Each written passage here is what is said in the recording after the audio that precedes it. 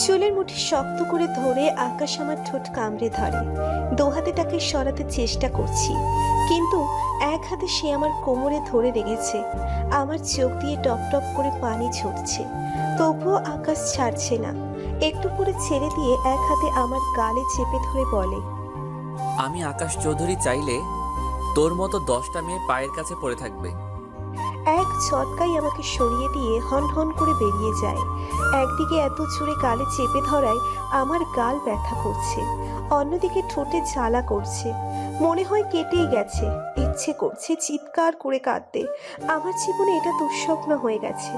আজ যদি আমার বাবা মা বেঁচে থাকতো, তবে এই দিন আসতো না। এইসব ভেবে চোখের জলে নিজেকে ভাসাচ্ছি। ফোনে কথা বলতে বলতে আকাশ ঘরে প্রবেশ করে। ফোনটা রেখে বলল, এসব ন্যাকামি এখানে চলবে না।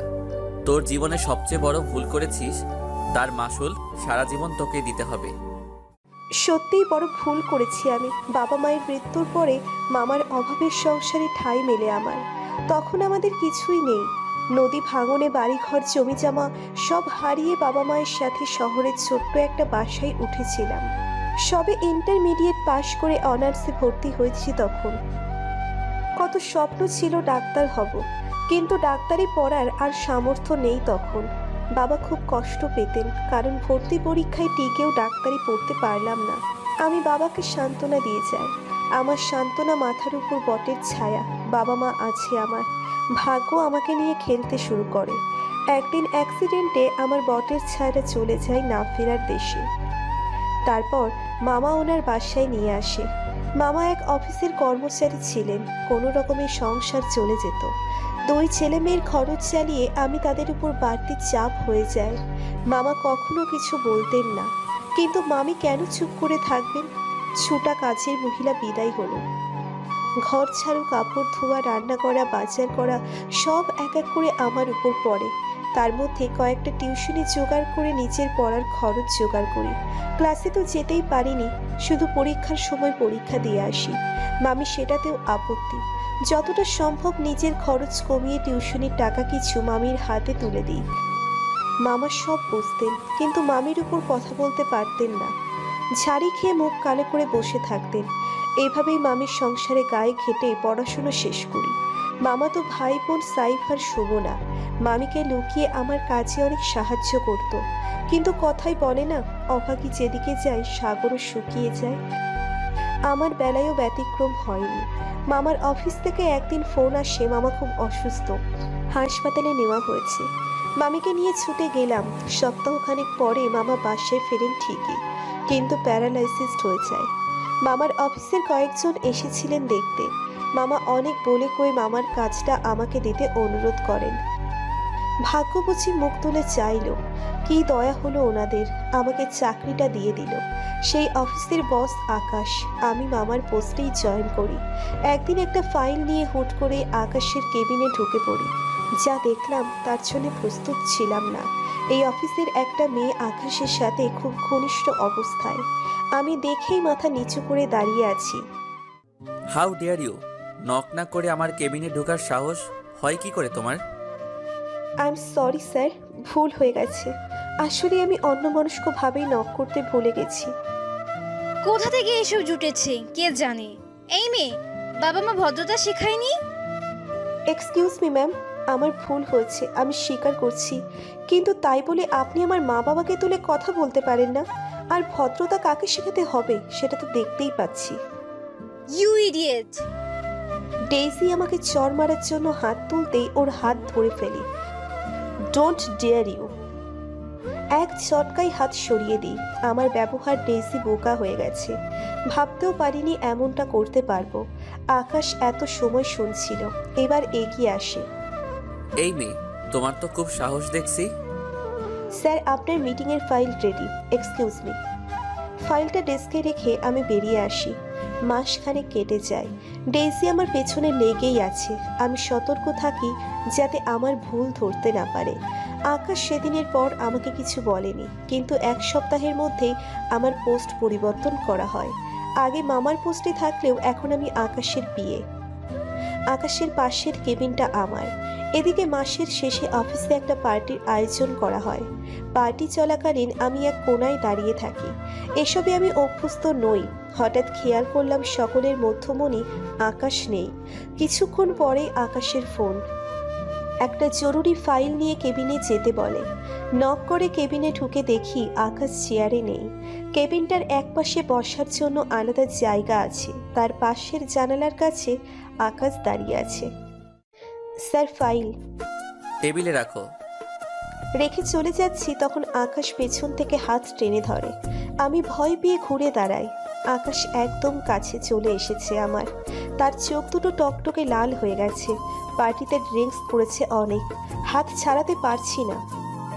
স্যার, হাত ছাড়ুন। কোথায় যাচ্ছ? এত তাড়া কিসের?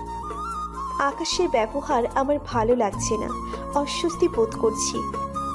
আমার কাজ আছে, হাত ছাড়ুন। তুমি আমার পিএ, আমি যা বলবো তুমি তাই করবে। সবাই আকাশ চৌধুরীর কাছে ভিড়তে চাই, আর তুমি কেন দূরে থাকো? আকাশ আমার সামনের এলোমেলো চুল আঙ্গুল দিয়ে ঠিক করে দেয়। আকাশ স্বাভাবিক নয়, মাতলামি করছে, বেশ বুঝতে পারছি। হাত ছাড়ুন বলছি। আমি আরো জোর করতে থাকি। এবার আকাশও হাত ছাড়া দিয়ে দেয়ালে চেপে ধরে আমাকে। ভয়ে আমার হাত পা জমে আসে। আকাশ ক্রমশ তার মুখ এগিয়ে আনে। কি করব বুঝতে না পেরে আচমকা একটা ধাক্কা দিয়ে আকাশের হাত সরিয়ে দিই। ঠাস করে একটা চট বসিয়ে দিই আকাশের গালে। আকাশ প্রথমে বুঝতে পারেনি ঠিক কি ঘটেছে। একটু সময় নিয়ে বলল, এই মেয়ে, তুই আকাশ চৌধুরীর গালে চড় দিয়েছিস। আকাশ চৌধুরীর এর মাসুল তোকে দিতে হবে, অনেক বেশি ভারী পড়ে যাবে। আমি বের হতে চাই কেবিন থেকে, কিন্তু আকাশ আমার হাত ধরে এক টানে দেয়ালে চেপে ধরে আমার ঠোঁটে অসম্ভব রকমের বন্য হয়ে কিস করে। অনেক ধস্তাধস্তির পর ধাক্কা সামলাতে না পেরে আকাশ তার ডেস্কের উপর পড়ে যায়। সাউন্ড প্রুফ কেবিন হওয়ায় বাইরের কারো কানে আমার আওয়াজ পৌঁছয়নি। আর এমনিতেও সবাই পার্টিতে ব্যস্ত। আমি দৌড়ে বেরিয়ে আসি কেবিন থেকে। অফিসে আর এক মুহূর্তও থাকিনি, সরাসরি বাসায় ফিরে আসি। সারাটা রাস্তা কেঁদে চোখ ফুলে গেছে। মামার এই অবস্থা, চাকরিটা চলে গেলে সংসার কিভাবে চলবে? আর আকাশের অফিসে কাজ করাও সম্ভব না। কি করব চিন্তা করতে পারছি না। এদিকে সাইব সুমনার কলেজের বেতন দিতে হবে। ভাগ্য আমার দিকে মুখ তুলে তাকায়নি, বরং জমের মুখে ঠেলে দিয়েছে। আকাশ চৌধুরীর অনেক ক্ষমতা, দেশের নামী শিল্পপতির মধ্যে অন্যতম ক্ষমতাধর ব্যক্তি। ওনার যা ইচ্ছে তাই করতে পারেন। পরের দিন অফিসে যাইনি। এর পরের দিন যেতে ইচ্ছে না করলেও যেতে হলো।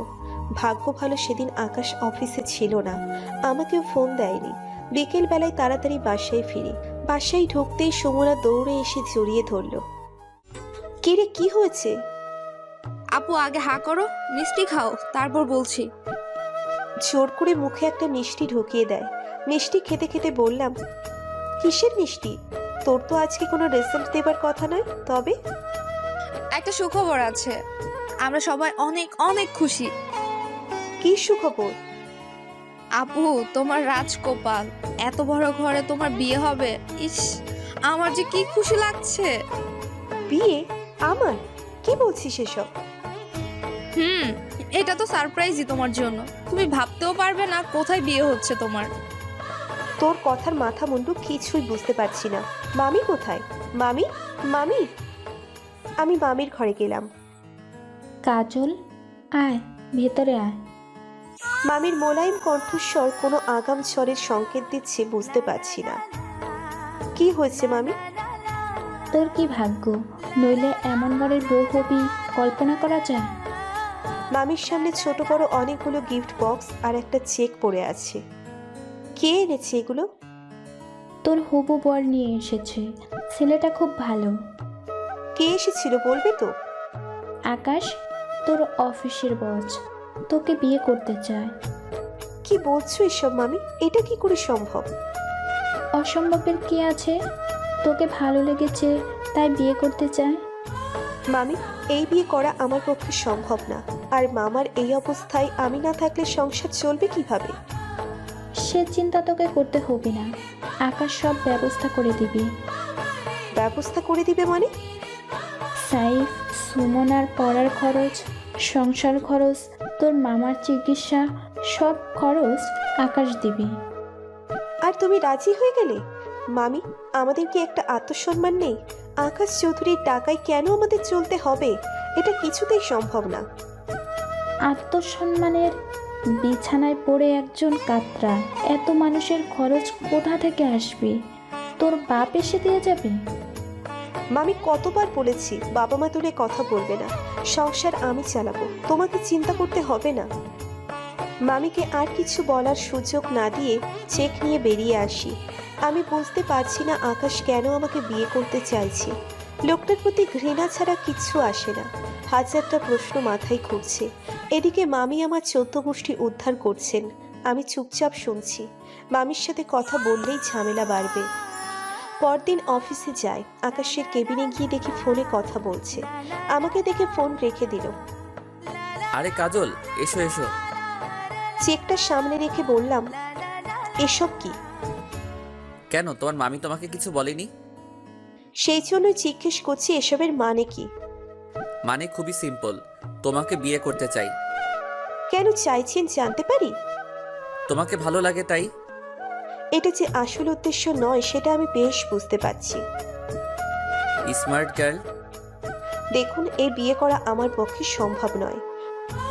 বিয়ে তো তোমাকে করতেই হবে, আর সেটাও 1 সপ্তাহের মধ্যে। অসম্ভব, কিছুতেই না। প্রয়োজনে চাকরি ছেড়ে দিব। গ্র্যান্টেড হবে না, সো গেট রেডি। আকাশ কেবিন থেকে বেরিয়ে যায়। আর যাই হোক, এই লোকটাকে বিয়ে করা সম্ভব না। চেকটা টেবিলে রেখেই চলে আসি। স্যালারি তুলতে হবে। মামার অসুস্থতায় বেশ কিছু টাকা ধার করতে হয়েছে। এদিকে সাইব সুমনার কলেজের বেতন, টিউশনি ফি দিতে হবে। মামার ওষুধ ফুরিয়ে গেছে প্রায়। বিল তুলতে গিয়ে দেখি আমার স্যালারি আসেনি। আমার বিল পেপারে সাইন করা হয়নি। জিজ্ঞেস করতে তারা জানায় স্যারের নিষেধ আছে, অনুমোদন করতে হলে স্যারের অনুমতি লাগবে। রাগে দুঃখে চোখে পানি চলে এসেছে। সারা মাস কেটে বেতনটাও পেলাম না। আবার গেলাম আকাশের কেবিনে, আকাশ নেই। আমি আকাশের বিয়ে হলেও গত 2 দিন আমাকে তেমন কোনো কাজ করতে দেওয়া হয়নি। আকাশ একাই বের হয়ে যায়। বিকেল পর্যন্ত অপেক্ষা করার পর আকাশ আসলো। স্যার। বলো, কি সিদ্ধান্ত নিলে? স্যার, আমার বেতন আটকে গেছে। আপনি অনুমতি না দিলে অনুমোদন দিবে না। হবে না, যতক্ষণ আমার প্রস্তাবে রাজি না হচ্ছ বেতন আটকে থাকবে। আপনি এটা করতে পারেন না স্যার, এটা আমার প্রাপ্য। সো হোয়াট, আকাশ চৌধুরী চাইলে পাবে, নইলে পাবে না। এভাবে আমার স্যালারি আটকে রাখলে আমি আইনি ব্যবস্থায় যাব। জোকসটা ভালো ছিল। স্যার, আমি কোনো জোকস বলিনি। আপনারা আমার স্যালারি বিনা কারণে আটকে রাখতে পারেন না। আমি আটকে রাখবো, আইনি ব্যবস্থা নাও। মুখে বললেও আমি জানি আইনি কোনো ব্যবস্থা নিতে পারবো না। ওনাদের টাকার কাছে সব বিকিয়ে যায়। প্লিজ স্যার, এমনটা করবেন না। আমার মামা খুব অসুস্থ। সেই জন্যই তো বলছি, রাজি হয়ে যাও। আমি আকাশের কেবিন থেকে বেরিয়ে আসি। হাত পা ভেঙে আসছে, বেতন পেলাম না। বাসায় এসে দেখি টেবিলে কারেন্টের বিল, পেপারের বিল, ডিশের বিলের কাগজ রাখা। মামি এসে বললেন, তোর মামার ওষুধ আনতে হবে, আজ খাওয়ালেই শেষ হয়ে যাবে। আপু, পরীক্ষার ফর্ম ফিল আপের জন্য টাকা লাগবে। কত লাগবে? 5,000, আর সাথে বেতন, টিউশন ফি সব মিলিয়ে 11,000। 7 তারিখের মধ্যেই দিতে হবে। আচ্ছা, দিয়ে দিব। আমার মাথায় আকাশ ভেঙে পড়ল। কিভাবে দিব এত টাকা? কাউকে কিছু না বলে বেরিয়ে গেলাম বাসা থেকে। অনেক জায়গায় গেলাম, কিন্তু কেউ ধারও দিল না। সবার কাছে তো ধার চাইতেও পারি না। যাদের কাছে পারি তারা আগেই দিয়েছে, সেগুলোই শোধ হয়নি। তাও একজন কিছু দেওয়ায় মামার 1 সপ্তাহের ঔষধ নিয়ে বাসায় ফিরি। কিন্তু সারা রাত চিন্তা করে সিদ্ধান্ত নিলাম আকাশকে বিয়ে করব। যা আছে আমার কপালে, আর কোনো রাস্তা খোলা নেই। স্যার, আমি আপনার প্রস্তাবে রাজি। পরদিন অফিসে গিয়েই আকাশকে বলে দিলাম, that's like a good girl. আমি জানতাম তুমি রাজি হবেই। যাই হোক, তুমি প্রিপারেশন নাও, আমি আজই তোমাদের বাসায় যাব। আকাশের প্রস্তাবে রাজি না হয়ে উপায় নেই আমার। সাইব সুমনার পড়াশোনা, মামার চিকিৎসা সব বন্ধ হয়ে যাবে। আমি জানিও না কেন আকাশ আমাকে বিয়ে করতে চাইছে, কি উদ্দেশ্য তার।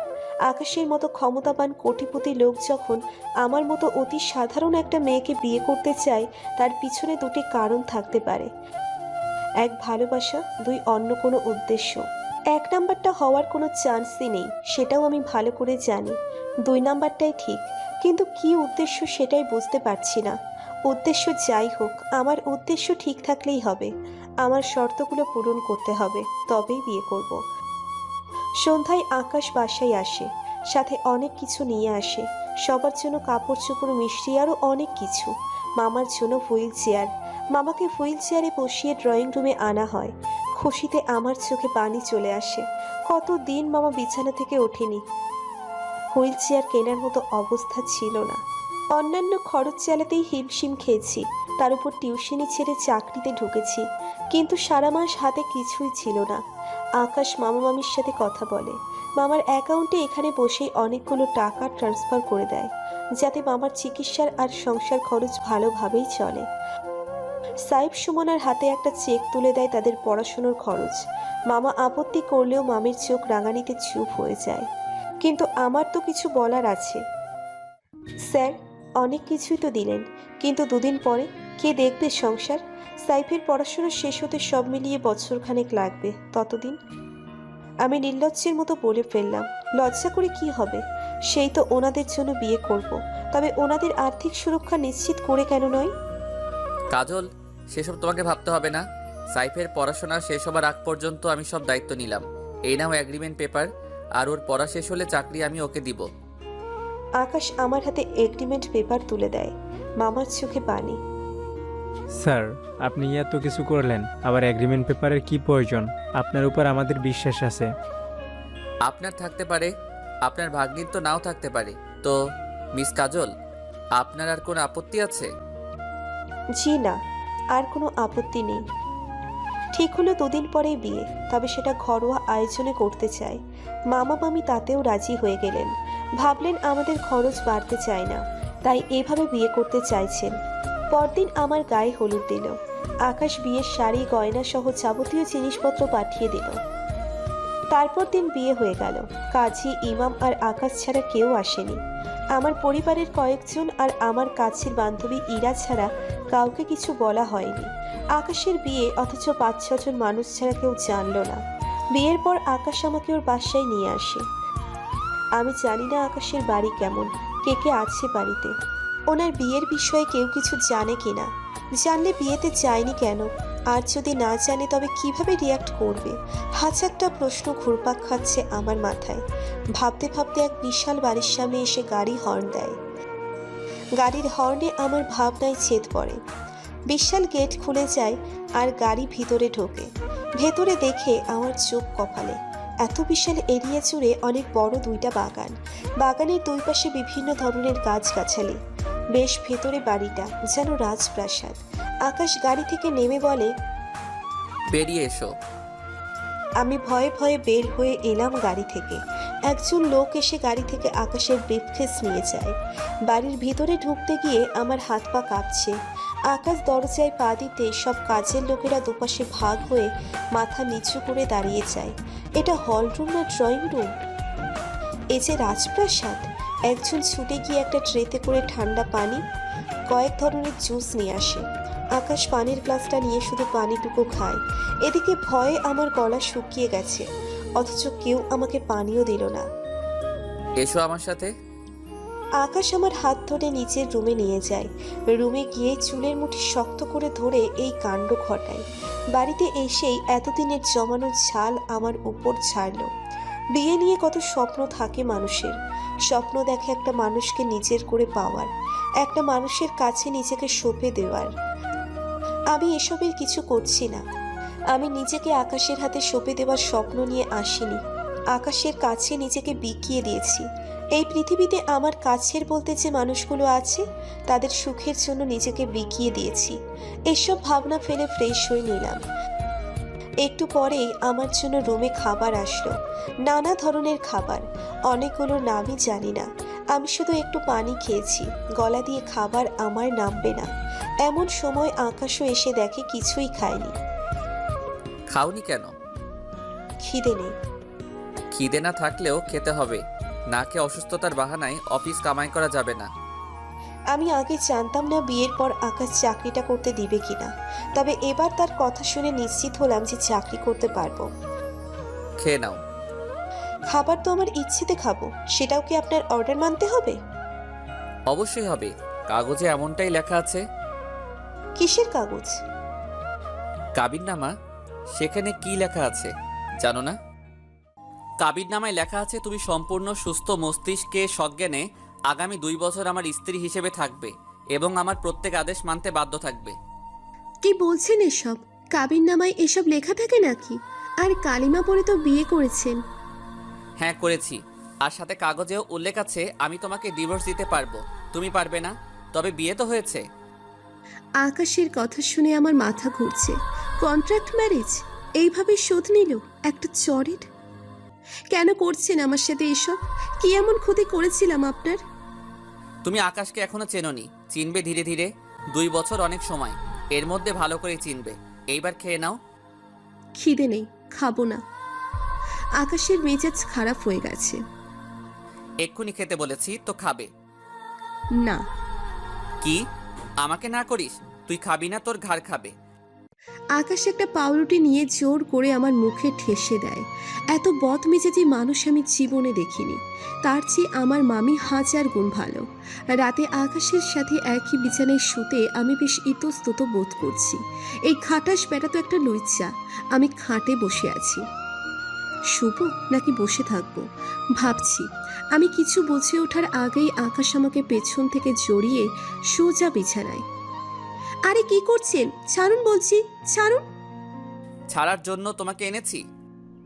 তারপর 4 দেয়ালে বন্দি এই ঘরে যা ঘটে গেল তা আমাকে বিধ্বস্ত করে দিয়েছে। মানুষের জীবনের অনেক কাঙ্ক্ষিত একটা সময় হচ্ছে বাসর। নারী পুরুষের মিলন, এটা প্রকৃতি বেঁধে দিয়েছে। বিবাহ নামক শব্দে যার বৈধতা নিশ্চিত করা হয়। বিবাহের বাইরেও অনেকভাবে সেটা হয়ে থাকে, কখনো ইচ্ছাকৃত, কখনো অনিচ্ছাকৃত। অনিচ্ছাকৃতভাবে জোর করে যেটা হয় সেটারও একটা নাম আছে, ধর্ষণ। কিন্তু আমাদের সমাজে কখনো এটা শেখানো হয়নি যে স্ত্রীর ইচ্ছের বিরুদ্ধে জোর করে শারীরিক সম্পর্ক করাও ধর্ষণ। তাই শতকরা 99% মহিলারাই এটা জানে না। তারা এটাকে স্বামীর অধিকার হিসেবে মেনে নেয়। কিন্তু আমি কি করব? 2 বছরের জন্য বিয়ে করা হয়েছে, বউয়ের স্বীকৃতি কি পেয়েছি? এই সমাজ কি আমাকে বউ বলে মানবে? আমি তো নিজেকে বিকিয়ে দিয়েছি। তাই আকাশের কাছ থেকে নিজেকে বাঁচানোর সর্বচেষ্টা ব্যর্থ হলে রাগে, দুঃখে আর শারীরিক যন্ত্রণায় চোখ ভাসিয়েছি। সেসব কিছুই আকাশকে স্পর্শ করেনি। কোনো রকমে শাড়িটা গায়ে চড়িয়ে ওয়াশরুমে ঢুকে দরজা বন্ধ করে দিই। শাওয়ার ছেড়ে ভিজতে থাকি প্রতিটা স্পর্শ মুছে দিতে। আমার কান্না এই 4 দেয়ালে আটকে আছে। কত সময় ভিজেছি জানি না। দরজায় একটার পর একটা ধাক্কা দিয়ে যাচ্ছে আকাশ। আরো বেশ কিছুক্ষণ পরে বেরিয়ে আসি। আকাশ অপলক চেয়ে আছে আমার দিকে। তার চোখে কিছু একটা আছে, তা আমার চোখ এড়ায়নি। কিন্তু কি আছে আমি বোঝার চেষ্টা করছি না। তবে এই দৃষ্টিতে এখন কাম নেই। সেটা বুঝতে না চাইলেও নারীর চোখ এড়ায় না। কি আছে আকাশের চোখে? প্রেম নাকি অপরাধ বোধ? আকাশের চোখে যাই থাকুক না কেন, আমার চোখের কাছে একরাশ ঘৃণা। সরি। খুব ক্ষীণ স্বরে বলল আকাশ। সরি? তোর সরির গুষ্টি কিলাই, বজ্জাত, লজ্জা, খাটাস। আমি কোনো কথা বলার প্রয়োজন বোধ করছি না। মুখ ফুটে গালিও না, চুপচাপ শুয়ে পড়ি। আকাশ বসে আছে। কিছু সময় বসে থেকে আকাশও শুয়ে পড়ল। আমি নীরবে কেঁদেই যাচ্ছি। পরদিন সুমনা আর আমার বান্ধবী ইরা আসে। ওদের দেখে আমি খুব খুশি হই। সুমনা তো ভীষণ খুশি। সারা বাড়ি ঘুরে ঘুরে দেখলো। আপু, এ দেখছি রাজপ্রাসাদ। আসলেই তোমার রাজকোপাল, সেজন্যই আকাশ ভাইয়ের মতো স্বামী পেয়েছো, একেবারে রাজপুত্র। সুমনার কথা শুনে আমি মৃদু হাসি। কি করে সুমনাকে বলি এ আমার প্রাসাদ না, এ আমার জন্য নরক? তখন ইরা বলল, কি রে, কেমন কাটলো বাসর? ধুর, তোর কি, তোর জামাই খুব রোমান্টিক তাই না? কিসব যাতা বলছিস? যা দেখছি তাই বলছি। মানে কি দেখছিস? ইরা মুখ টিপে হাসছে। আমি কিছুই বুঝতে পারছি না। কি দেখেছিস? ওই যে তোর গলায় রোমান্সের চিহ্ন। বলেই ইরা সুমনা একসাথে ফিক করে হেসে ওঠে। লজ্জায় আমি কাচুমাচু করে গলায় হাত দিলাম। নেকলেসের খসা লেগে ছিলে গেছে। কাল বুঝতে না পারলেও সকাল থেকে জ্বালা করছে, কিন্তু সেটা যে ইরার চোখে পড়বে কে জানতো। আমি বললাম, দেখ এটা নেকলেসের খসা খেয়েছিল গেছে, কিন্তু ইরা তোর জামাই খুবই রোমান্টিক হবে। ওমা তাই? ইস, হাউ সুইট। তবে একটা কি জানিস, বিয়ের আগে যারা লুচ্চা থাকে ওই ব্যাটারাই বিয়ের পরে রোমান্টিক নাম নেয়। বলেই আমি মুখ টিপে হাসছি। এরা চোখ পাকিয়ে কিছু বলতে যাচ্ছিল, তখনই আকাশ হাজির। আরে আমার শ্যালিকারা দেখি হাজির। জি আমরা হাজির। আমার বান্ধবীকে নিয়ে আসছেন, এখন আপনাদের ধরে নিতে আসছি। বুঝলাম, কিন্তু সমস্যা একটা আছে। কি সমস্যা? আসলে অফিস অনেক কাজ পড়ে আছে, আজকে তো যেতে পারবো না। কাল শুক্রবার, তোমরা আজকে থাকবে, কাল একসঙ্গে যাব। আচ্ছা ঠিক আছে। ইরা আর সুমনা থেকে গেল। আজ আকাশ খুবই স্বাভাবিক ব্যবহার করছে। ওদের সাথে অনেক গল্প ঘটল। আমি আগের আকাশ আর আজকের আকাশের মধ্যে কোনো মিল খুঁজে পাচ্ছি না। কত রূপ এই মানুষটার। পরদিন মামার বাসায় গেলাম। আকাশও সারাদিন আমাদের সাথেই ছিল। মামার সাথে আলাদা কথা বলবো সেই উপায় নেই। আকাশ ভাবছে হয়তো আমি কিছু জানিয়ে দিব, তাই কিছুতেই একা ছাড়ছে না। আমি তো এমনিতেই কিছু বলবো না, সবাই ভালো থাকুক বলে কি হবে, সবাই অযথা চিন্তা করবে, মামা আরও অসুস্থ হয়ে পড়বে। আমি তখন আকাশকে বললাম, চিন্তা নেই, কাউকেই কিছু বলবো না। একটু হেসে আকাশ বলল, আমি জানি তুমি বলবে না, কিন্তু সবাই বুঝুক আমি কত বউ পাগল। আমি অবাক চোখে দেখছি। আপনি আসলে কি আমি বুঝতে পারি না, অদ্ভুত মানুষ। আমার রুম আকাশ খুব মনোযোগ দিয়ে ঘুরে দেখে, আমার প্রতিটি শখের জিনিস দেখে। আমার অনেক শখের একটা ছোট্ট লাইব্রেরি আছে। টিউশনের টাকা থেকে প্রতি মাসে কিছু বই কিনতাম। আকাশ আমার বইগুলো দেখছে। শেক্সপিয়ার থেকে শুরু করে নজরুল, হুমায়ুন, বাহ বেশ ভালো তো। তুমি তো অনেক বই পড়তে পছন্দ করো দেখছি, আবার কবিতার বইও দেখছি। এই তুমি কি কবিতাও পড়ো নাকি? হ্যাঁ পড়ি। কেন? আকাশ কিভাবে যেন তাকিয়ে আছে আমার দিকে। তুমি সিরিয়াসলি তুমি কবিতা পড়ো? হ্যাঁ বললাম তো পড়ি, কেন কি হয়েছে তাতে? এই যুগের মেয়ে হয়েও তুমি কবিতা পছন্দ করো, সেটাই অবাক লাগছে। অবাক হবার কি আছে? সবার পছন্দ তো একরকম হয় না। আমি শেক্সপিয়ার পড়েছি, ওয়ার্ডসওয়ার্থ, শেলি, জন ডন, ফ্রস্ট পড়েছি। ওনাদের পড়ে যত মুগ্ধ হয়েছি, রবীন্দ্র, নজরুল, শরৎচন্দ্র পড়ে মোহিত হয়েছি। ওসব আপনি বুঝবেন না, কারণ আপনার আমার পৃথিবী আলাদা, আমাদের দুই পৃথিবী। আকাশ খুব মনোযোগ দিয়ে শুনল আমার কথা। অফিসের ব্যস্ততা দেখিয়ে বিকেলেই আকাশ আমাকে নিয়ে ফিরে আসে। আকাশে আজ মেঘ করেছে, তার সাথে বেশ শীতল করা বাতাস। শেষ বিকালে আমি ছাদে চলে আসি। হাতের মোবাইলে পছন্দের একটা গান প্লে করে পাশে রেখে আকাশের মেঘ দেখছি। আকাশ এসে পাশে দাঁড়িয়েছে, ওকে দেখেও কিছু বললাম না।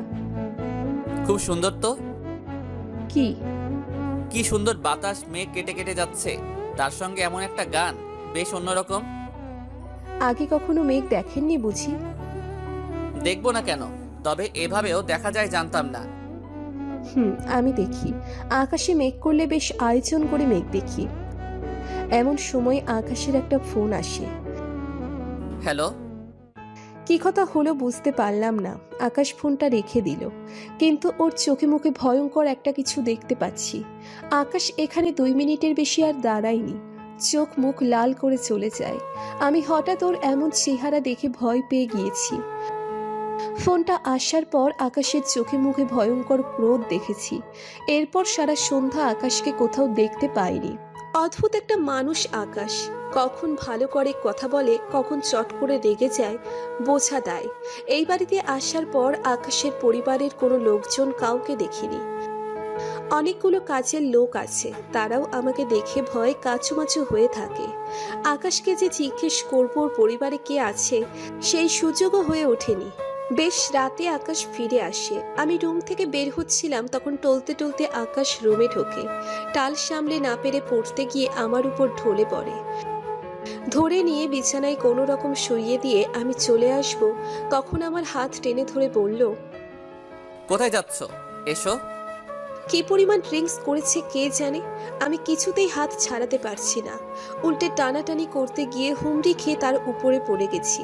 মদ্যপ অবস্থায় আকাশ কতটা হিংস্র হতে পারে তা খুব করে বুঝলাম। মনে তীব্র কষ্ট নিয়ে তার পাশবিকতা দেখলাম। নিয়তি আমাকে কোথায় নিয়ে যাচ্ছে জানি না, তবে এটা জানি যে আকাশের হাতের পুতুল করে দিয়েছে। পরদিন ব্রেকফাস্ট করে আকাশ অফিসের জন্য রেডি হচ্ছে। সকাল থেকে কোনো কথাই বলেনি আমার সাথে। রেডি হতে হতে বলল, তোমার আজ অফিসে যাওয়ার দরকার নেই, 2 দিন পর থেকে যাবে, রেস্ট নাও। আমি শুধু চেয়ে দেখলাম, কিছু বললাম না। 2 দিন পর আমি অফিসে আসি আকাশের সাথেই। অফিসে আসলাম, কিন্তু একটা অস্বস্তি বোধ করছি। আমি বুঝতে পারছি আমার চারপাশে আড়ালে কানা ঘোষা চলছে। 2-1টা কথা যে কানে আসেনি তাও নয়। আকাশের কেবিনে যাচ্ছিলাম, কে যেন নিচু স্বরে বলছে, এসেই স্যারকে তো হাত করে নিয়েছে। ঠিক বলেছেন, দেখে তো মনে হয় না ভাজা মাছ উল্টাতে পারে। আজ দেখলাম স্যারের গাড়ি করে এসেছে। আমি শুনেও না শোনার ভান করে চলে আসি। মনটা আরও খারাপ হয়ে গেছে। আমাকে নিয়ে কত সমালোচনা চলছে। ফেরার সময়ও আকাশের গাড়ি করেই ফিরতে হলো। পরদিন অফিসে যাবার আগে আকাশকে বললাম, আমি আপনার সাথে যাব না, আপনি চলে যান, আমি অন্য গাড়িতে চলে যাব। আকাশ একটু ভ্রু কুঁচকে জিজ্ঞেস করলো, কেন, কি সমস্যা? সমস্যা কিছু না। কেউ কি কিছু বলেছে? কেউ কিচ্ছু বলেনি, তবে প্রতিদিন আপনার একজন পিএ আপনার গাড়ি করে যাবে আসবে, সেটা তো দৃষ্টিকটু হবে। দেখো কাজল, তুমি চাকরিটা এখন না করলেও পারো। তোমার যা প্রয়োজন, যত টাকা প্রয়োজন নির্দ্বিধায় নিতে পারো, কিন্তু আমি চেয়েছি তুমি চাকরিটা করো তোমার নিজের জন্য। না করতে চাইলেও জোর করব না, তবে অফিসে যেতে হলে আমার সাথেই যাবে। অতপর ওর সাথেই গেলাম। ডেইজির চোখ থেকে ঘৃণা আর আগুন বের হয়, সেটা আমি বেশ বুঝতে পারছি। অফিসে অন্য কেউ কিছু বলার আগে সেই কথা ডেইজি সবার কানে পৌঁছে দেয়। আর পৌঁছবেই না কেন, তার পোস্টটা আকাশ আমাকে দিয়েছে। চাইলেই আর যখন তখন আকাশের কেবিনে যেতে পারছে না। কিন্তু পরদিন অফিসে এসে দেখি আমার কেবিনে অন্য একটা মেয়ে। আমি ঢুকতেই সালাম দিয়ে বলল, ম্যাম, আমি তুলি, আকাশ স্যারের পিএ। আপনি আসুন আমার সাথে। আমি কিছুই বুঝতে পারছি না। মেয়েটা অন্য একটা কেবিনে নিয়ে যায় আমাকে। ম্যাম, আজ থেকে আপনার কেবিন এটা। আমার কেবিন মানে? আজ থেকে আপনি কোম্পানির জিএম, তাই নতুন কেবিন আপনার জন্য। মেয়েটা খুব হাসি খুশি, দেখে বেশ ভদ্রই মনে হচ্ছে। তুলে হাসি মুখে বেরিয়ে যায়। আকাশ কি শুরু করেছে এসব? এমনিতেই নানান কথা উঠছে, তার উপর এখন এই কাজ করলো। সবাই কি ভাবছে কে জানে। আমি সাথে সাথেই আকাশের কেবিনে যাই। কি শুরু করেছেন আপনি? কি করেছি? জিএম করেছেন আমাকে? মানুষ কি ভাববে ভেবে দেখেছেন? কে কি ভাবলো তাতে আকাশের কোনোদিন কিচ্ছু যায় আসেনি, আজও যায় আসে না। কিন্তু আমার যায় আসে। আমি সাধারণ ঘরের মেয়ে, আমাকে মানুষের সামনে দাঁড়াতে হয়। দাঁড়াও, কে মানা করেছে? তবে ভুলে যেও না, আমি যা বলবো তুমি তাই করতে হবে। এই লোকটার সাথে কথা বলাই বৃথা। আমার কেবিনে আসার সময় শুনলাম, স্যারের বাসায় নাকি একটা মেয়ে থাকে, আমার পরিচিত একজন নাকি প্রতিদিন দেখে, একসাথে সন্ধ্যায় যায় আর সকালে একসাথে বেরিয়ে আসে। আরে এসব বড় লোকদের ব্যাপার স্যাপার, টাকা কোথায় কিভাবে খরচ করবে আর কাকে কোথায় রাখে সেসব আমাদের ভাবনার বাইরে। মেয়েটা কেমন চিন্তা করেছেন? স্যারকে বাসায় থাকে, স্যার তো বিয়েই করেনি। আরে টাকার জন্য এসব মেয়েরা সব করতে পারে। আর কিছু শোনার সাহস হয়নি আমার। বুঝতে পারছি তারা এখনো জানে না সেই মেয়েটি আমি। এতটা জেনে গেছে, আর কয়েকদিনের মধ্যে এটাও জেনে যাবে। আর কিছু ভাবতে পারছি না। চাকরিটা না শেষ পর্যন্ত ছাড়তে হয়। যতক্ষণ বাইরে ব্যস্ত থাকি ভালো থাকি। চাকরি ছেড়ে আকাশের প্রাসাদে বন্দি করে থাকতে চাই না। দম আটকে মরে যাব। আরও 1টি সপ্তাহ ভালোই কেটে যায়। আকাশও এরই মধ্যে এমন কিছু করেনি। আমি অভ্যস্ত হয়ে যাচ্ছি এই বাড়ি আর আকাশের সাথে অফিস। আরও বেশ কিছুদিন কেটে যায়। আকাশকে এতটা স্বাভাবিক আগে দেখিনি। আমার সাথেও কোনো মিসবিহেভ করেনি। তারপর একদিন রাতে আকাশ বিছানায় হালকা হেলান দিয়ে বসে আছে, ঠোঁটের কোণে মৃদু হাসির আভা। আমিও বিছানায় বসে চুল ঠিক করছি, শোবো। তখন মনে হলো আমার ঘাড়ে কিছু একটা আছে। আমার হাত কাঁপতে থাকে। ভয়ে ভয়ে হাত দিয়ে ছাড়তেই আমার সামনে এসে পড়লো। আমি চিৎকার করে আকাশকে জড়িয়ে ধরি, চোখ আর খুলি না। মাকড়সা আমি এত ভয় পাই, আমি আর চোখ খুলে দেখার সাহস করছি না। আকাশও সুযোগ বুঝে জড়িয়ে ধরে বলে, আদর খেতে ইচ্ছে করছে তো মুখ ফুটে বললেই পারো। এত নাটক করে আমার বুকে আসার দরকার ছিল না, একবার বলেই দেখতে। আকাশের কথার মানে বুঝতে না পারলেও চোখ মেলে বুঝলাম আমি ওকে এমনভাবে জড়িয়ে ধরেছি। আস্তে আস্তে বললাম, নাটক মানে? আমার গায়ে মাকড়সা? এটা তাকিয়ে দেখি মাকড়সা আকাশের হাতে। আমি চিৎকার করে আরো শক্ত করে জড়িয়ে ধরি। আরে ছাড়ো ছাড়ো, দম বন্ধ হয়ে মরে যাব। এটা ফেলে দিয়েছি। কি সত্যি? তাকিয়ে দেখি নেই। যাক বাবা, বেঁচে গেছি। এতক্ষণে মনে পড়লো আমি এখনো ওকে ধরে রেখেছি। এবার লজ্জা পেয়ে গেছি। আস্তে আস্তে ওকে ছেড়ে দিলাম, কিন্তু আকাশ ছাড়ছে না। ছাড়ুন। তুমি তো ধরেছিলে, আমি কি ধরতে বলেছিলাম? আদর পেতে নাটক করলে। ছি, কিসব যাতা বলছেন। যা সত্যি তাই, এখন তার ছাড়াছাড়ি নেই। আজ এক অন্য আকাশকে আবিষ্কার করলাম। বিয়ের পর যতবার সে কাছে এসেছে প্রতিবার আমি নরকের যন্ত্রণা ভোগ করেছি, কিন্তু আজ তার স্পর্শে অন্য কিছু ছিল। নিজের অজান্তেই আমি আবেশে বন্দী হয়ে যাচ্ছি। কি করছি আমি? মনে পড়তেই সরে যেতে চাইলাম। এই মেয়ে, এত হাত পা ছোড়াছুড়ি করলে মাকড়সা লাগিয়ে দিব। এই যে ওখানে রাখা আছে। তাকিয়ে দেখি সত্যিই সাইড টেবিলে রাখা। ভয়ে হাত পা জমে আছে। এই লোকের বিশ্বাস নেই, সত্যি সত্যিই দিবে। আমার মাথা তখন অন্যদিকে যাচ্ছে। আজ আকাশের ছোঁয়ায় আমি যেন ঘোরে ডুবে যাচ্ছি।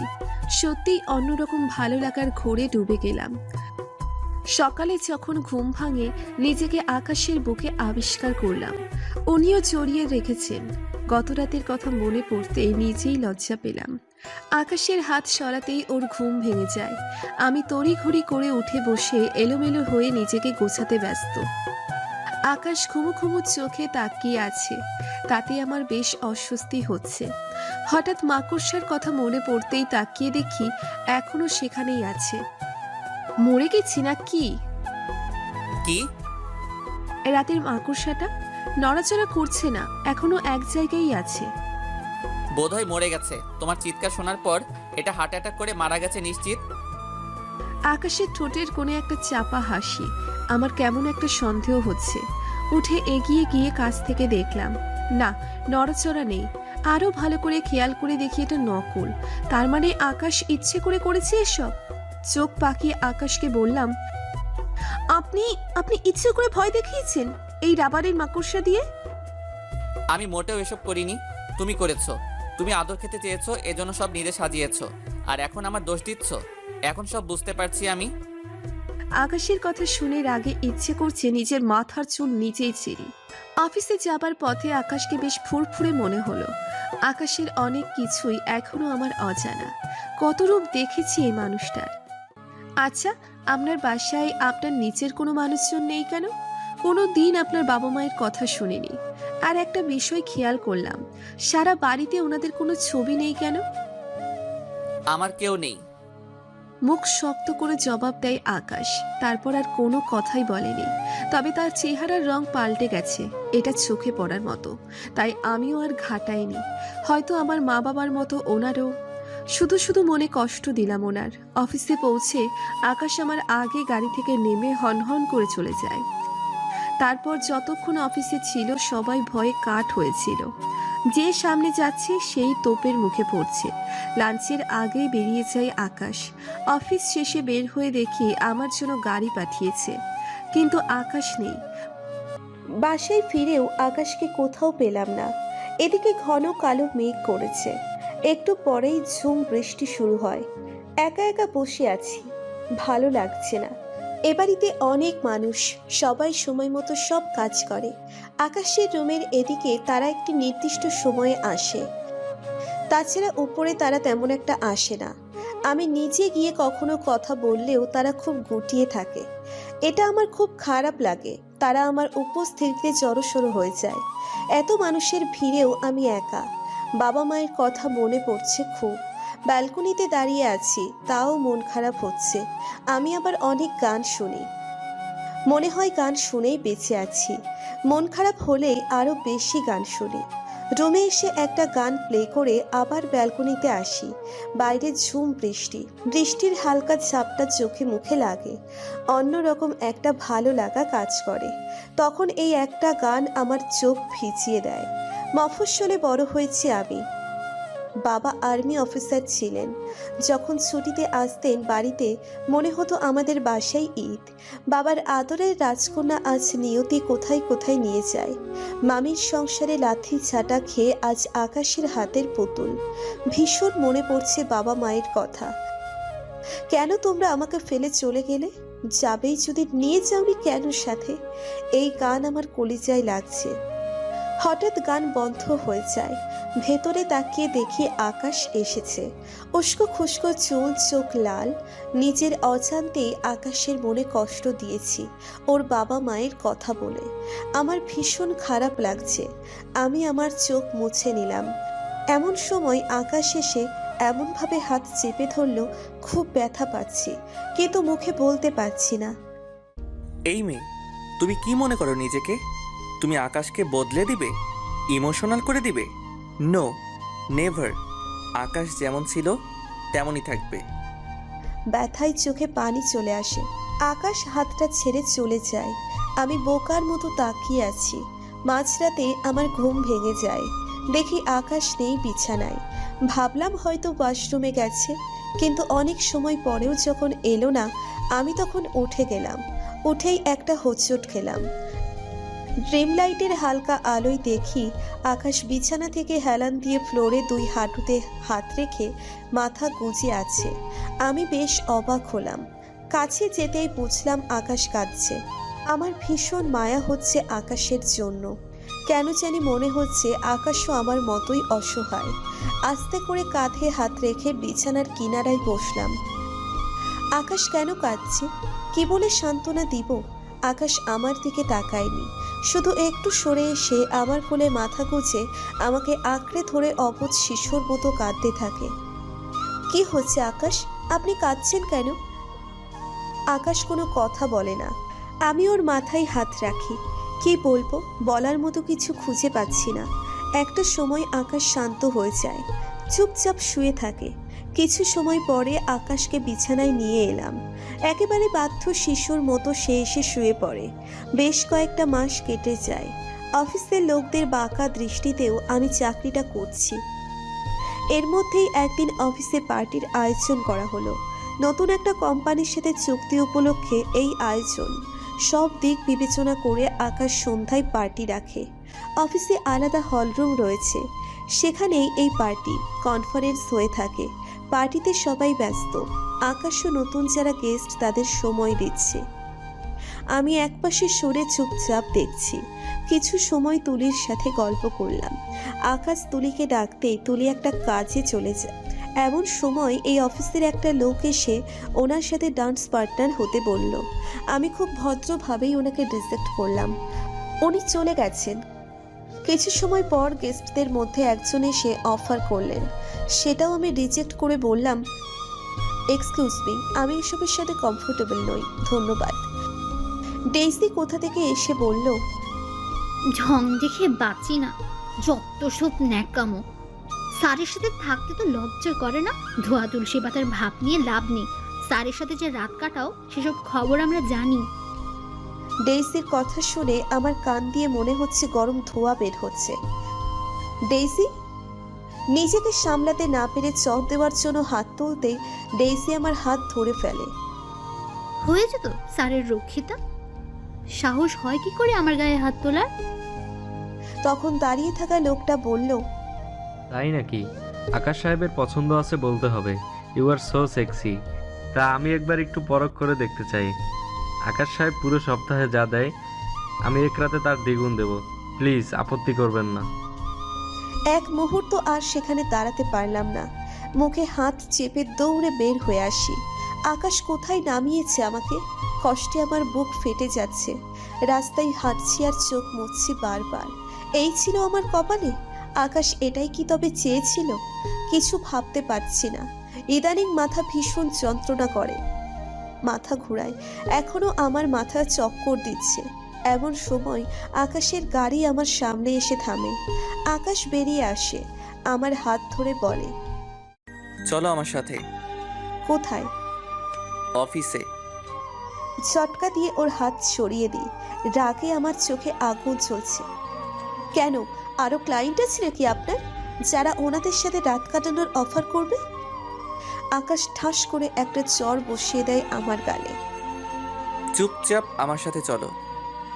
যাব না, আমি কোথাও যাব না। আকাশ আমার হাত ধরে টেনে নিয়ে গাড়িতে তুলতে তুলতে বলল, সবাই জানুক তুমি কে, সবার জানা প্রয়োজন। কি জানাবেন? আমি আপনার 2 বছরের চুক্তি করা বউ। আপনার ব্যবসায় যেমন চুক্তি করেন, আজ এটার সাথে চুক্তি শেষ হলে কাল নতুন কোনো কোম্পানির সাথে, সবাইকে এটাই জানাতে চাইছেন? একদম চুপ থাকো তুমি, চুপচাপ বসে থাকবে। ভুল কি বলছি? তারাও ভুল কিচ্ছু বলেনি। আপনার চুক্তি শেষ হলে আরেকজন আমাকে 1 মাসের চুক্তি অফার করতে পারে, একজন তো 1 রাতের অফার করলো। এই মেয়ে চুপ, একদম চুপ, আর একটা কথাও বলবি না। আকাশ ড্রাইভিং সিটে গিয়ে বসলো। আমি কেঁদেই যাচ্ছি। আকাশ আমাকে অফিসে না নিয়ে বাসায় নিয়ে আসে। বাসায় আসার সাথে সাথে আমি দৌড়ে রুমে চলে আসি। মাথা প্রচণ্ড ব্যথা করছে। কাঁদতে কাঁদতে কখন ঘুমিয়ে পড়েছি জানি না। আকাশও আমাকে ডাকেনি।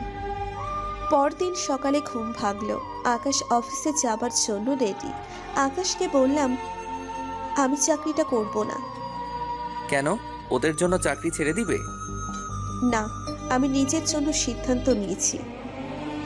আকাশ কিছুক্ষণ চুপ থেকে বলল, ঠিক আছে, তুমি করতে না চাইলে জোর করব না। তারপরে সে চলে যায়। লাঞ্চের পরে আকাশ ফিরে এসে বলল, তাড়াতাড়ি রেডি হয়ে নাও, একটু বের হব। কোথায় যাব? এত প্রশ্ন করো কেন? রেডি হতে বলেছি, তাড়াতাড়ি।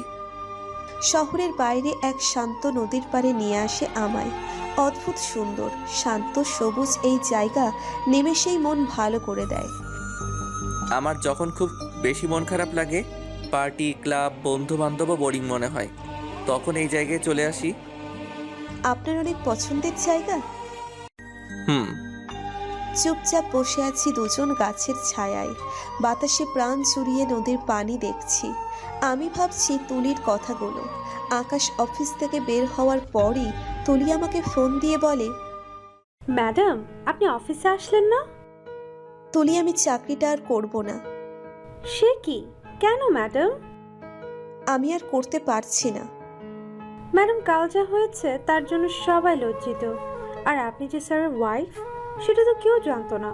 তবে আমি ভেবেছিলাম আপনি স্যারের গার্লফ্রেন্ড। স্যার কালকে যা কাণ্ড করলেন, আসলে ম্যাম আপনি অনেক লাকি, স্যারের মতো হাজবেন্ড পেয়েছেন। কে করেছেন উনি? আসলে কাল যা হয়েছে আমি সবটা দেখেছি। যখন স্যারকে জানাতে গেলাম তখন আপনি চলে গেছেন। স্যার আসার পর ওই লোক স্যারকে বলে, মিস্টার আকাশ, আপনার চয়েস আছে বলতেই হবে। আপনার মিস স্ট্রেস তো জোস। স্যার তখন ওই লোকের কলার ধরে বলে, কি বললি?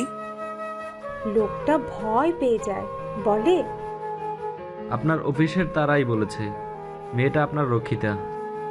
স্যার এলোপাতাড়ি মারতে থাকে লোকটাকে। অনেক কষ্টে স্যারকে সবাই ফেরায়। স্যার তখন অনেক চিল্লাচিল্লি করে, বলে, রক্ষিতা শব্দটা কে দিয়েছে? যে রক্ষা করে সেই রক্ষিতা। কিন্তু অদ্ভুত, এই সমাজ ওয়াইফকে রক্ষিতা নামে ডাকে। হ্যাঁ, কাজল আমার রক্ষিতা, কারণ আমাকে রসাতলে যাবার হাত থেকে রক্ষা করেছে। এখানে অনেক মানুষ আছে যারা আমার সুযোগ নিতে চেয়েছে, তাদের হাত থেকে রক্ষা করেছে। একটা কথা কান খুলে শুনে রাখুন সবাই, কাজল আমার বিবাহিতা স্ত্রী। আর যারা এই অফিসে আমাকে ব্যবহার করতে চেয়েছিলেন, ষড়যন্ত্র করেছেন, সবাইকে আমি চিনি।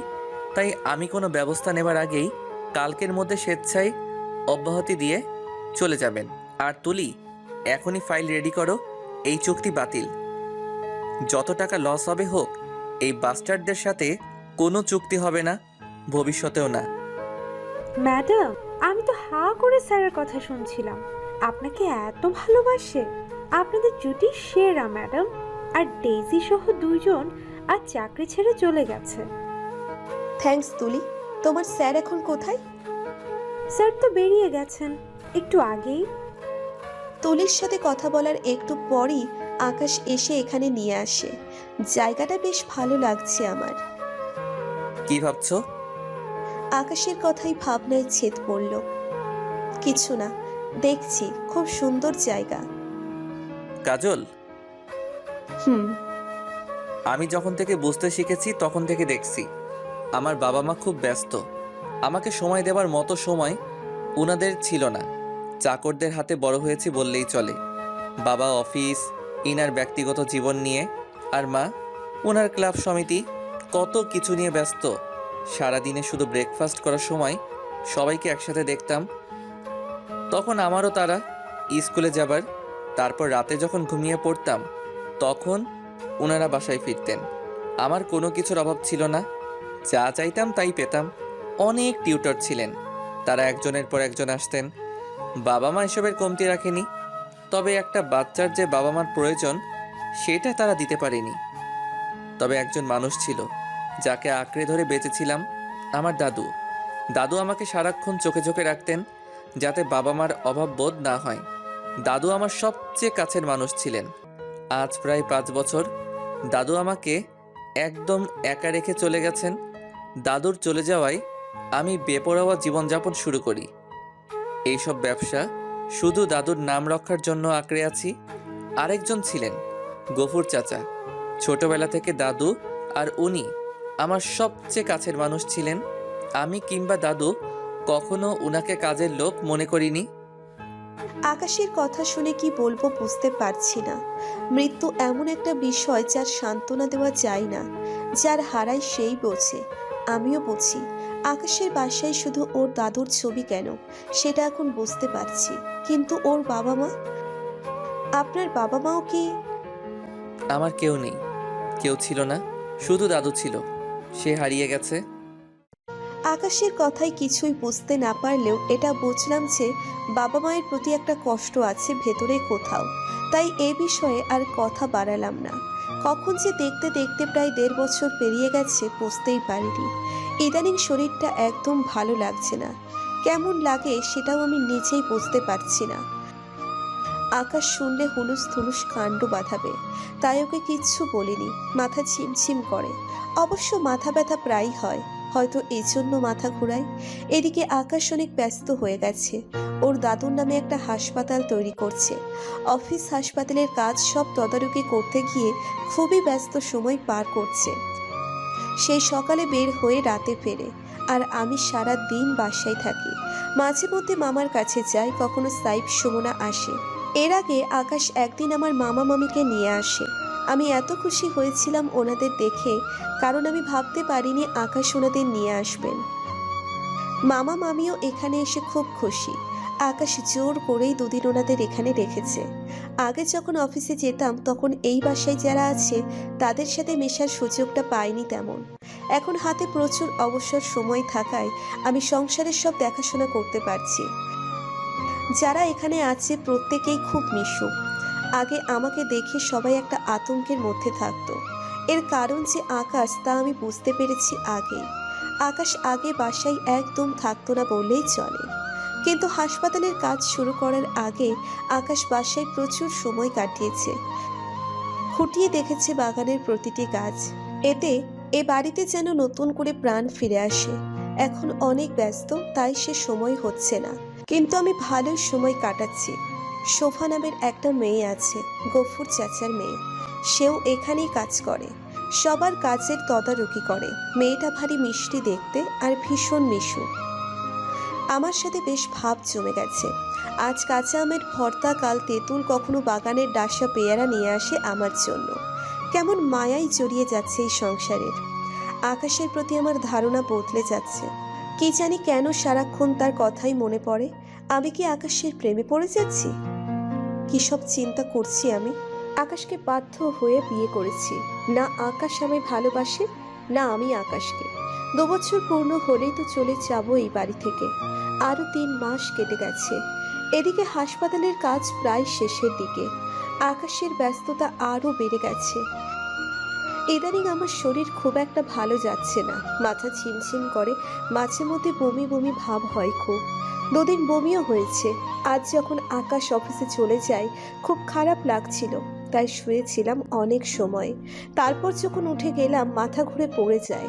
তখন শোভা উপরে এসেছিল। সে দেখতে পেয়ে তাড়াতাড়ি আরও অন্যদের ডেকে এনে রুমে নিয়ে মাথায় পানি দেয়। কিছুটা সুস্থ বোধ করলেও শোভা জোর করেই ডাক্তারের কাছে পাঠায়। আমি একা একা পারবো না ভেবে সে নিজেও আমার সাথে আসে। তার চোখে মুখে খুশির ঝিলিক, কিন্তু আমার ভীষণ ভয় করছে। শোভা যা ভাবছে সত্যিই যদি তা হয়, কি করব আমি? আমার একদিকে যেমন ভয় লাগছে, অন্যদিকে অন্যরকম একটা ভালো লাগা কাজ করছে। আবার আতঙ্কিত হয়েও আছি। এই যেন এক মিশ্র অনুভূতি। ডাক্তার অনেকগুলো টেস্ট করালেন। সামান্য এই সমস্যার জন্য এত টেস্ট করতে হবে কেন বুঝি না। কিভাবে যে রোগীর কাছ থেকে টাকা নিবে সেই ধান্দাই থাকে মনে হয়। এসব মনে মনে ভেবে বিরক্ত হচ্ছি। রিপোর্ট পরদিন দিবে, তাই বাসায় চলে আসি। সন্ধ্যায় আকাশ বাসায় ফিরে এসে দেখে আমি বিছানায় শুয়ে আছি। এই সন্ধ্যায় শুয়ে আছো কেন? শরীর খারাপ? না, মাথাটা ধরে আছে তাই। রেডি হও, এক্ষুনি ডাক্তারের কাছে যাব। আমি যে ডাক্তারের কাছে গিয়েছিলাম সেটা ওকে জানানো যাবে না। আর এখন নিয়ে গেলে আবার পরীক্ষা করবে, আবার কি রিপোর্ট আসবে সেটা আকাশ জেনে যাবে। কিন্তু আমি সেটা চাচ্ছি না।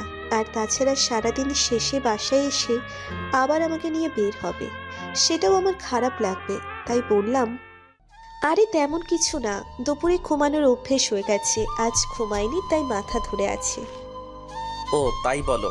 জানো, আর মাস দুয়েকের মধ্যে হাসপাতালের কাজ শেষ হয়ে যাবে। আমি খুবই এক্সাইটেড। আকাশের চোখে মুখে খুশি, কত প্রাণ খুলে মনে হয় হাসছে। পরদিন আমি নিজেই রিপোর্ট আনতে গেলাম। ডাক্তার বলল, আপনার গার্ডিয়ান কেউ আসেনি? ডক্টর, আমার আসার মতো কেউ নেই, তাই যা বলার আমাকেই বলুন। ডাক্তার রিপোর্ট দিলেন আমার হাতে। রিপোর্ট হাতে নিয়ে বসে আছি। আমি বসা থেকে উঠতে পারছি না, মনে হচ্ছে আমার। তারপর হাসপাতাল থেকে বেরিয়ে এলাম। আমার পা ভেঙে আসছে। এখন কি করব আমি? এখন কাউকে কিছু বলা যাবে না। তারপর বাসায় ফিরে আসি। শোভা দৌড়ে এসে আমায় দেখে। ভাবি, ডাক্তার কি বললো? আমি মৃদু হেসে বললাম, তেমন কিছুই না, অতিরিক্ত টেনশনে নাকি মাথা ঘুরিয়ে পড়ে গেছি।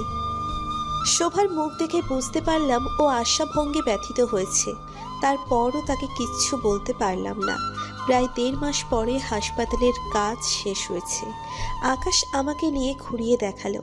হাসপাতাল তৈরি হয়ে গেছে, তবে চালু করতে আরও 4-5 মাস লাগবে। নতুন কর্মচারী, ডাক্তার, নার্স নিয়োগের প্রসেস শেষ হতে। আকাশের ব্যস্ততা এখন কমেছে। আজকাল আকাশ অনেক খোশ মেজাজে থাকে, কিন্তু আমার ভেতরে কি চলছে আমি কাউকে বোঝাতে পারছি না। আর মাত্র কয়েকটা দিন, 2 বছর পূর্ণ হলেই আমিও চলে যাব আকাশের জীবন থেকে। কিন্তু আমার এত কষ্ট হচ্ছে কেন? মনে হচ্ছে আমার ভেতরটা দুমড়ে মুচড়ে যাচ্ছে। এই বাড়ি, এই বাড়ির মানুষজন, এই বাড়ির ছাদ, বাগান, সব কিছুর মায়ায় জড়িয়ে গেছি। এর মধ্যে আমার শারীরিক অবস্থা আরও খারাপ হচ্ছে। কাউকে কিচ্ছু বলতে পারছি না। আকাশের ব্যস্ততা এখন অনেকটা কম হওয়ায় বাসায় থাকতে পারছে অনেক সময়। আকাশ যখন দেখলো একদিন বমি করতে, তখন জিজ্ঞেস করলো, কি হয়েছে তোমার? তেমন কিছু না, হঠাৎ এমন হলো, মনে হয় অ্যাসিডিটির জন্য। আকাশ কিছু না বললেও ওকে চিন্তিত মনে হলো। এরপরে একদিন আকাশ আমাকে নিয়ে বের হতে চাইছে, কিন্তু আমার প্রচণ্ড মাথা ঘোরাচ্ছে যে যাওয়া সম্ভব হয়নি। ক্লান্তিতে হাত পা ভেঙে আসে আমার। নিজের ভেতরে নিজেকে শক্ত করতে চেষ্টা করছি, কিন্তু শরীর যেন মানছে না। আজ সকালেও কেমন শরীর খারাপ লাগছে, বমি বমি ভাব। খুব কষ্টে আটকে রাখতে চাইলাম, কারণ আকাশ বাসায় ছিল, কিন্তু শেষ রক্ষা হলো না। হঠাৎ আমার চোখ ঝাপসা হয়ে আসে। কোনো রকমে বিছানায় এসে চোখ বন্ধ করে শুয়ে থাকি। মাথা ভার হয়ে আছে, কিন্তু বিছানা থেকে উঠতে গিয়ে মাথা ঘুরিয়ে পড়ে যায় বিছানার কিনারায়। আকাশ ব্যালকনিতে ছিল, সে দৌড়ে আসে। কাজল, কি হয়েছে তোমার? কাজল। আমি জ্ঞান হারাইনি, মাথা চক্কর দিচ্ছিল। কিচ্ছু হয়নি, মাথা। আর কোনো কথা শুনবো না, এখনই যাবে আমার সাথে। আকাশকে শত অনুরোধ করেও আটকাতে পারিনি, জোর করে ডাক্তারের কাছে নিয়ে যায়। এদিকে টেনশনে আমার অবস্থা খারাপ। যদি রিপোর্ট দেখে কি হবে তখন? যাবার সময় আকাশ বলল, কাজল, হুম, একটা কথা বলতে চাইছিলাম। বলুন। মৃদু হেসে আকাশ বলল, আমার মনে হচ্ছে তোমার সমস্যা অন্য কিছু। আমাকে আবার নতুন করে বাধার কিছু করনি তো? আকাশের কথার মানে আমি বুঝতে পারছি, তাই কিছু বললাম না। আমি অস্বস্তি বোধ করছি। আকাশ সেটা বুঝতে পেরে সেও আর কিচ্ছু বলল না। ভাগ্য ভালো, আগে যে ডাক্তার দেখিয়েছিলাম সেই হাসপাতালে আসলেও সেই ডাক্তার না, আজ অন্য ডাক্তার ছিলেন। আবারও টেস্ট করতে করলাম। আকাশ বসে রিপোর্ট নিয়েই যাবে। কি করব ভেবে পাচ্ছি না। অনেক বুঝিয়ে আকাশকে রাজি করালাম আগামীকাল আকাশ রিপোর্ট নিয়ে যাবে। অবশেষে আকাশ রাজি হলে বাসায় ফিরে আসি। এদিকে আমার ভেতরে ঝড় বইছে। আর মাত্র একটা দিন, আকাশের সাথে সব বন্ধন ছিন্ন হয়ে যাবে। এই মুহূর্তে আমি চাইছি না আকাশ কিছু জানুক। পরদিন আকাশ অফিসে চলে যায়। সেই সুযোগে আমি নিজেই রিপোর্ট নিয়ে আসি। তবে ডাক্তারকে আর রিপোর্ট দেখাইনি, কারণ ডাক্তার আকাশের খুব পরিচিত। আমি তো জানি রিপোর্ট কি এসেছে। বিকেলবেলা আকাশ বাসায় ফেরে আমাকে বলল রেডি হতে, কিছুক্ষণ বিশ্রাম নিয়ে রিপোর্ট আনতে যাবে। এখন কি করব? হাত পা অবশ হয়ে আসছে। আকাশও বের হবার জন্য রেডি হচ্ছে। ঠিক তখনই একটা ফোন আসে। রাগে আকাশের চোখ মুখ লাল হয়ে গেছে। একটা বিষয় খেয়াল করলাম, একটা ফোন আসে মাঝে মধ্যে, আর আকাশ এইভাবে রেগে যায়। কে ফোন করে? আর আকাশই বা এভাবে রেগে যায় কেন? হাজারটা প্রশ্ন মাথায় ঘুরছে। আমি রুমে চলে আসি, কিন্তু হঠাৎ একটা শব্দ শুনে ছুটে গিয়ে দেখি আকাশ চেয়ারে লাথি মেরে ফেলে দিয়েছে। রাগে উচ্চস্বরেই কথা বলছে। কি চাও আমার কাছে? আমি সব বুঝি। একটা কথা পরিষ্কার করে বলে দিচ্ছি, আমার সাথে আর ভুলেও যোগাযোগ করার চেষ্টা করবে না। দাদু আমাকে যা যা দিয়ে গেছেন তার কানাকড়িও তোমাদের দিব না। সব ভুলে যাও কিভাবে তোমরা। ওই মহিলা দাদুকে কম কষ্ট দেয়নি। কি বললে? মা? হ্যাঁ মা। আরে ওই মহিলা আমাকে ঠিকমতো খেতেও দিত না। কোথায় ছিলে তুমি তখন? আমাকে আর কখনো ফোন দিবে না। তোমাদের উদ্দেশ্য আমি জানি। যোগাযোগ করতে চাইলে খুব খারাপ হবে। মোবাইলটা ছুঁড়ে ফেলে আকাশ, কান্নায় ভেঙে পড়ে। আমি কাছে গিয়ে ওর পিঠে হাত রাখি। আমাকে মা দেখায়, বাবার দায়িত্ব দেখায়। আরে স্বার্থপরগুলো আমার দাদুর সম্পত্তির জন্য ফোন করে আমাকে। মা, সারাক্ষণ এই বাড়িতে অশান্তি লেগেই থাকতো। আমি যখন ক্লাস 8-এ পড়ি তখন ওনাদের ডিভোর্স হয়ে যায়। একটাবার আমার কথা ভাবলো না। আমার মা আমাকে ফেলে অন্য একটা লোককে বিয়ে করে দেশ ছেড়ে চলে যায়। আর বাবা ওনার প্রেমিকাকে বিয়ে করেন। আমি স্কুলে যেতে পারতাম না, বাসা থেকে বের হতাম না। বন্ধু বান্ধবীরা হাসাহাসি করতো, পিছনে তো বলতোই, সামনেও অনেক কিছু বলতো। স্কুল ছেড়ে দিতে চাইলাম, শুধু দাদুর জন্য পারলাম না। বাবা ওই মহিলাকে নিয়ে আসে, তখন দাদু অসুস্থ হয়ে পড়েন। ওই মহিলা দাদুকে ঠিকমতো ওষুধও এনে দেয়নি, খাবার দেয়নি। বাবা এসবের কোনো খোঁজ রাখেনি। গফুর চাচা না থাকলে দাদু তখন মরেই যেতেন। খাবার খেতে একটু দেরি হলেই আমার সামনে থেকে খাবার নিয়ে যেত। আমি সবার শেষে স্কুলে যেতাম, সবার পিছনে বসতাম। ছুটি হলে সবার আগে স্কুল ছাড়তাম, শুধু লজ্জায়। দাদু যখন সুস্থ হয়ে ওঠেন উইল করে সব কিছু আমার নামে করে দেন, আর বাবাকে ত্যায্য পুত্র করেন। ওনাদের অনেক আছে, অনেক থাকার পরেও দাদু আমাকে যা দিয়েছেন সেটা নেবার জন্য এখন বাবার দায়িত্ব ফলাতে আসে। সব স্বার্থপর, সব। কাউকে চাই না আমার। আমি রাতে একা ফুপিয়ে ফুপিয়ে কাঁদতাম। আকাশ, শান্ত হন আপনি। তুমি এখানে কি করছো? চলে যাও, তুমি চলে যাও আমার সামনে থেকে। কাউকে চাই না আমার, কাউকে না। কেউ নেই আমার, চলে যাও। আকাশ নিজেই বের হয়ে চলে যায়। আমি রাস্তায় হাঁটছি। ভোরে ঘুম থেকে উঠে আমি আকাশের বাড়ি থেকে বেরিয়ে আসি। আকাশ অনেক রাতে বাসায় ফিরেছে, এখনো ঘুমোচ্ছে, আর আমি রাস্তায়। আকাশের যে 2 বছরের চুক্তি ছিল সেটা শেষ হয়েছে গতকাল। আজ আমি দায়বদ্ধ নই। আকাশ মানুষটা একদম অন্যরকম। অনেক কষ্ট পুষে রেখেছে মনে। আমার প্রতি যতটা অনুভূতি তার কিছুটা আমি আজ করতে পেরেছি। আমি চলে যাচ্ছি, আকাশ আরও একা হয়ে যাবে। কিন্তু আমার কি করার আছে? কিচ্ছু করার নেই। আমি নিজেই নিয়তির হাতের পুতুল। সাইফকে ফোন দিয়েছি। সাইফ, তুই একটু আসতে পারবি এখন? কোথায় আপু? আমি বের হয়েছি, রাস্তায় আছি, তুই আয়। কেন আপু, কি হয়েছে? কিচ্ছু হয়নি, তুই চলে আয় তাড়াতাড়ি। আচ্ছা আমি আসছি, কোথায় আসবো বলো। আমি সাইফকে লোকেশন বললাম। একা যেতে ভরসা পাচ্ছি না। সাইফ আসতে এত দেরি করছে কেন? আমি একা গাড়িতে উঠবো না, হাত পা অসাড় হয়ে আসছে। এদিকে আকাশ ঘুম থেকে ওঠে, কিন্তু আমাকে কোথাও খুঁজে পায় না। শেষ পর্যন্ত দারোয়ান জানায় আমি খুব ভোরে বের হয়েছি। কোথায় যাব এত সকালে আকাশ ভেবে পাচ্ছে না। রুমে আবার যখন আসলো তখন ছোট্ট চিরকুট চোখে পড়ল। আকাশ, আপনাকে অনেক ধন্যবাদ। আপনি অনেক কিছু করেছেন আমার পরিবারের জন্য। গতকাল আপনার 2 বছর পূর্ণ হয়েছে। আমিও কথা রেখেছি। 2 বছর আপনার প্রতিটি কথা মেনে চলেছি। চলে যাচ্ছি আমি, কিন্তু মনে হয় আপনার বাড়ির মায়ায় জড়িয়ে গেছি। কিন্তু যেতে তো হবেই। ভালো থাকবেন, কাজল। আকাশের চোখে পানি। এভাবে চলে যাব ভাবিনি আকাশ। এখন আকাশ ভাবছে নিশ্চয়ই মামার বাসায় যাব আমি। অনেকক্ষণ স্তব্ধ হয়ে বসে থাকার পর মনে পড়ল রিপোর্ট আনা হয়নি। সাথে সাথেই সেখানে চলে যায়। গতকাল রিপোর্ট নেবার কথা ছিল। স্যার, আপনার ওয়াইফ কাল সকালে রিপোর্ট নিয়ে গেছে। নিয়ে গেছে? এমন সময় সেই ডাক্তারও যাচ্ছিলেন এদিক দিয়ে। আরে আকাশ সাহেব, আপনার ওয়াইফের রিপোর্টগুলো দেখালেন না? তখন হাসপাতালের লোকটা বলল, স্যার ওনার ওয়াইফ কাল রিপোর্ট নিয়ে গেছেন, কিন্তু উনি এখন রিপোর্ট নিতে আসছেন। ডাক্তারকে খুব চিন্তিত মনে হলো। আকাশ একটু ইতস্তত করে বলল, আপনার ওয়াইফ কোথায়? ওর বাড়িতে চলে গেছে, আমাকে কিছু জানায়নি, একটু ফ্যামিলি প্রবলেম। ডাক্তার বুঝতে পারলেন, বললেন, আসুন আমার সাথে। তারপর প্যাথোলজিতে গিয়ে খোঁজ করলেন। গত পরশু একজন পেশেন্ট ছিলেন, কাজল নাম, একটু সার্চ করে দেখবেন। স্যার ফোন নাম্বারটা বলুন। আকাশের ফোন নাম্বার দেবার আগেই আমার নিজের নাম্বার দিয়েছিলাম, তাই আকাশ আমার নাম্বারটা দিল। জি স্যার, উনি 2 মাস আগেও এই টেস্টগুলো করিয়েছিলেন ডাক্তার আলতাফ নবী প্রেসক্রাইবডে। ডাক্তার আলতাফ নবী, একটা কপি দিন প্লিজ, ইটস আর্জেন্ট। কপি দিলেন তারা। হাসপাতালের সব রেকর্ড করে রাখা হয়। সব রোগীর রিপোর্ট 1 বছর পর্যন্ত সংরক্ষণ করা হয়। পরের বছর নতুন করে আবার করা হয়। ধন্যবাদ। ডাক্তারের মুখ আরো গম্ভীর হয়ে গেল। আকাশ সাহেব, একটু কষ্ট করে আমার সাথে আসুন। আপনার সাথে দীর্ঘদিনের পরিচয় আমার, তাই ব্যক্তিগত পরিচয় থেকে আপনার জন্য খোঁজ নিচ্ছি। আসুন, ডাক্তার আলতাফ নবীর সাথে দেখা করতে হবে। উনি একজন নিউরোলজিস্ট। নিউরোলজিস্ট? কিন্তু ডাক্তার। প্লিজ আসুন আমার সাথে।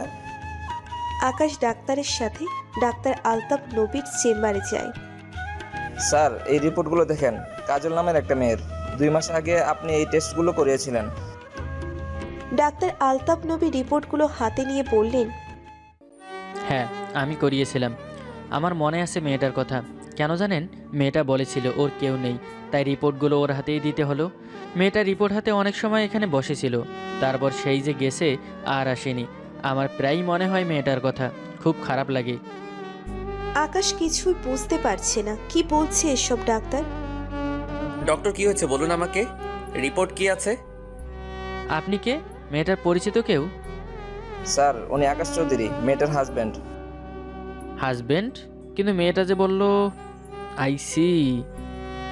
ডক্টর প্লিজ বলুন কি হয়েছে, আমার খুব টেনশন হচ্ছে, প্লিজ বলুন।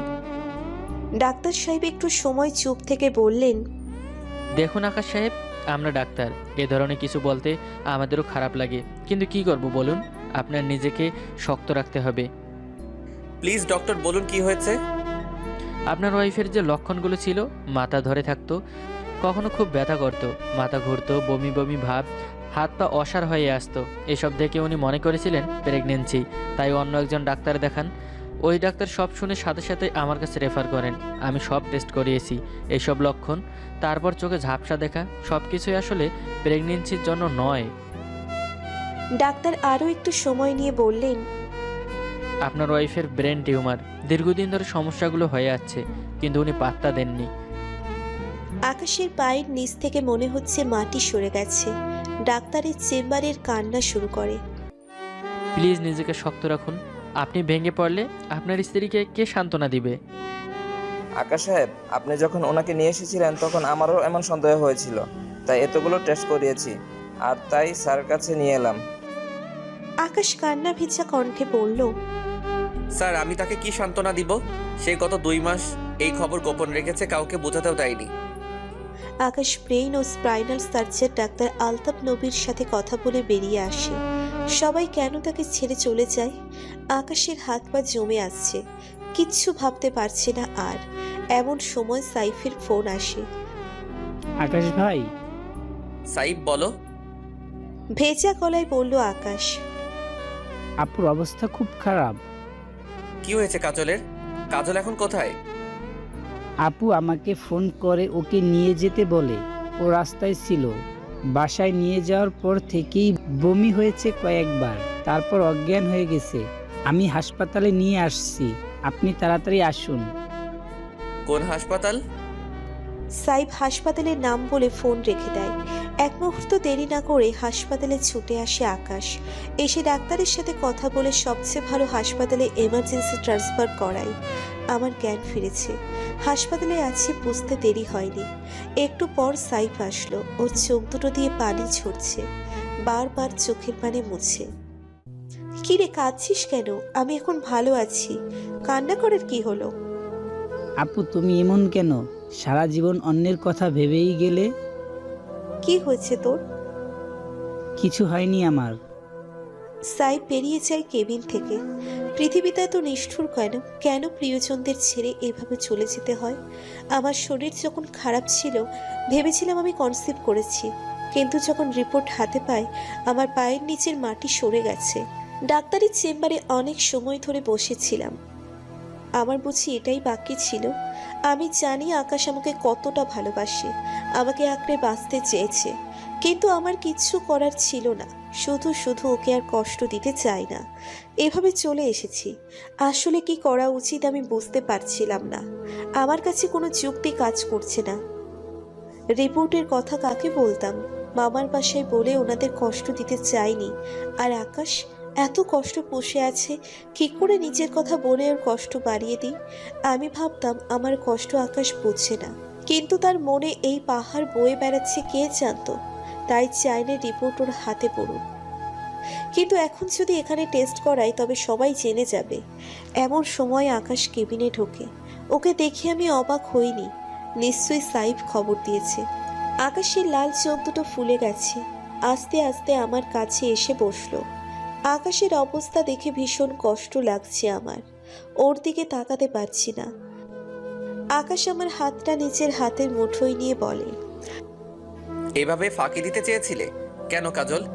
একটাবার আমাকে জানানোর প্রয়োজন মনে হয়নি তোমার? আমার চোখ দিয়ে পানি ছুটছে। আকাশও অঝরে কেঁদে যাচ্ছে।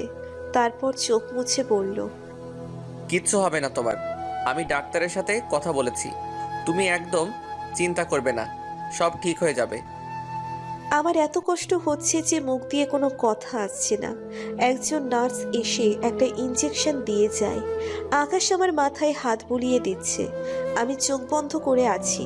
আমার চোখে ঘুম নেমে আসে। মামা মামি, সুমনা, সাইফ সবাই এসেছে হাসপাতালে।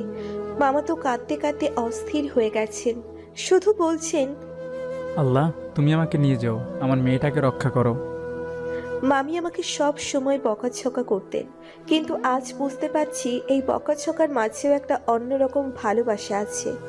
আমাকে জড়িয়ে ধরে সে কি কান্না! মা গো, তোকে কত কষ্ট দিয়েছি, আর তুই কি না করেছিস আমাদের জন্য। তোর কিচ্ছু হবে না দেখিস, আমি নামাজ পড়ে আল্লাহর কাছে দোয়া করব, তুই ভালো হয়ে যাবি রে মা। মামা মামিকে কাঁদতে দেখে আমারও ভীষণ কান্না পাচ্ছে। সুমনা বলছে, আপু তোমার কিচ্ছু হবে না, তুমি একদম সুস্থ হয়ে যাবে, কিন্তু চোখের পানি ধরে রাখতে পারছে না সুমনা। আচ্ছা, তোমরা এভাবে কান্নাকাটি করলে আমার ভালো লাগবে বলো? একদম কাঁদবে না, ইনশাল্লাহ আমি সুস্থ হয়ে যাব। কয়েকজন ডাক্তারের সাথে আকাশ আসলো। এত লোক কেবিনে অ্যালাউ করা হয় না, তবুও মামা মামিদের আমার অনুরোধে অ্যালাউ করেছে, কিন্তু আর বেশি সময় থাকতে দিলেন না। সবাই বিদায় নিয়ে বাইরে চলে যায়। আকাশের মুখের দিকে তাকানো যাচ্ছে না, ডাক্তার চলে গেছে। আকাশ আমার কাছে বসে আছে, কোনো কথা বলছে না। আকাশ, খুব টেনশন হচ্ছে। আমি সুস্থ হয়ে যাব, চিন্তা করবেন না।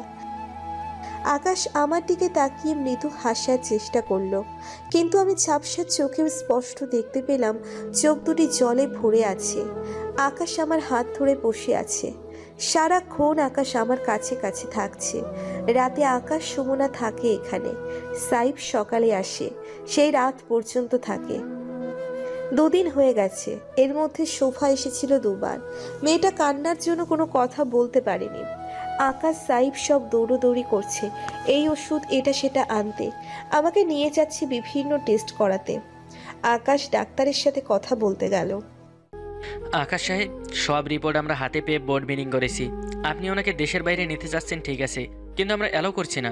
রুগীর অবস্থা দেখে ওনাকে নিয়ে যাওয়াও এখন রিস্কি। ডক্টর, আপনারা যেভাবেই হোক ওকে সুস্থ করে তুলুন, যা লাগে তাই ব্যবস্থা করুন। আপনারা বললে এক্ষুনি দেশের বাইরে নিয়ে যেতে আমি প্রস্তুত। প্লিজ নিয়ে যাবার ব্যবস্থা করুন। আপনি শান্ত হন মিস্টার আকাশ, আপনাকে রোগীর অবস্থা বুঝতে হবে। শুনুন, আমরা বোর্ড মিটিং শেষ করে আপনাকে ডেকেছি, আপনি মনোযোগ দিয়ে শুনুন। ব্রেন টিউমার 2 ধরনের হয়।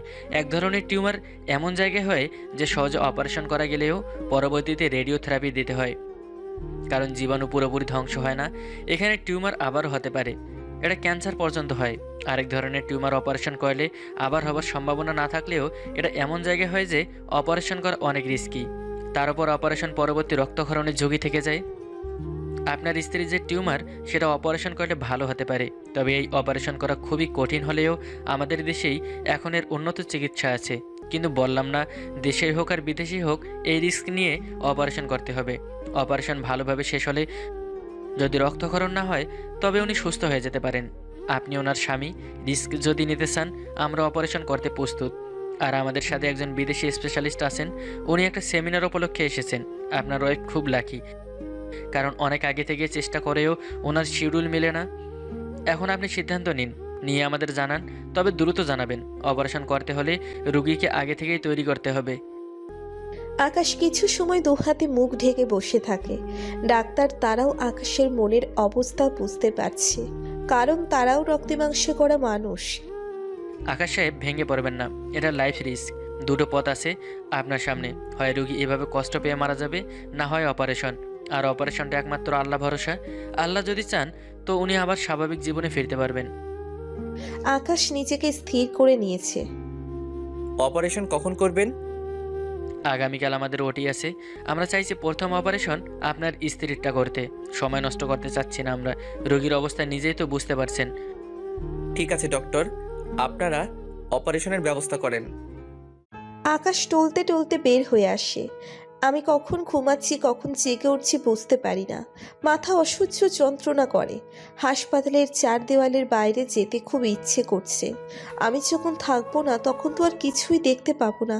আমি আকাশ দেখতে পাবো না। আকাশের বাড়িতে পাশাপাশি 2টি শিউলি ফুলের গাছ আছে। যখন গাছে ফুল ফুটতো আমি প্রতিদিন সকালে গাছের নিচে যেতাম।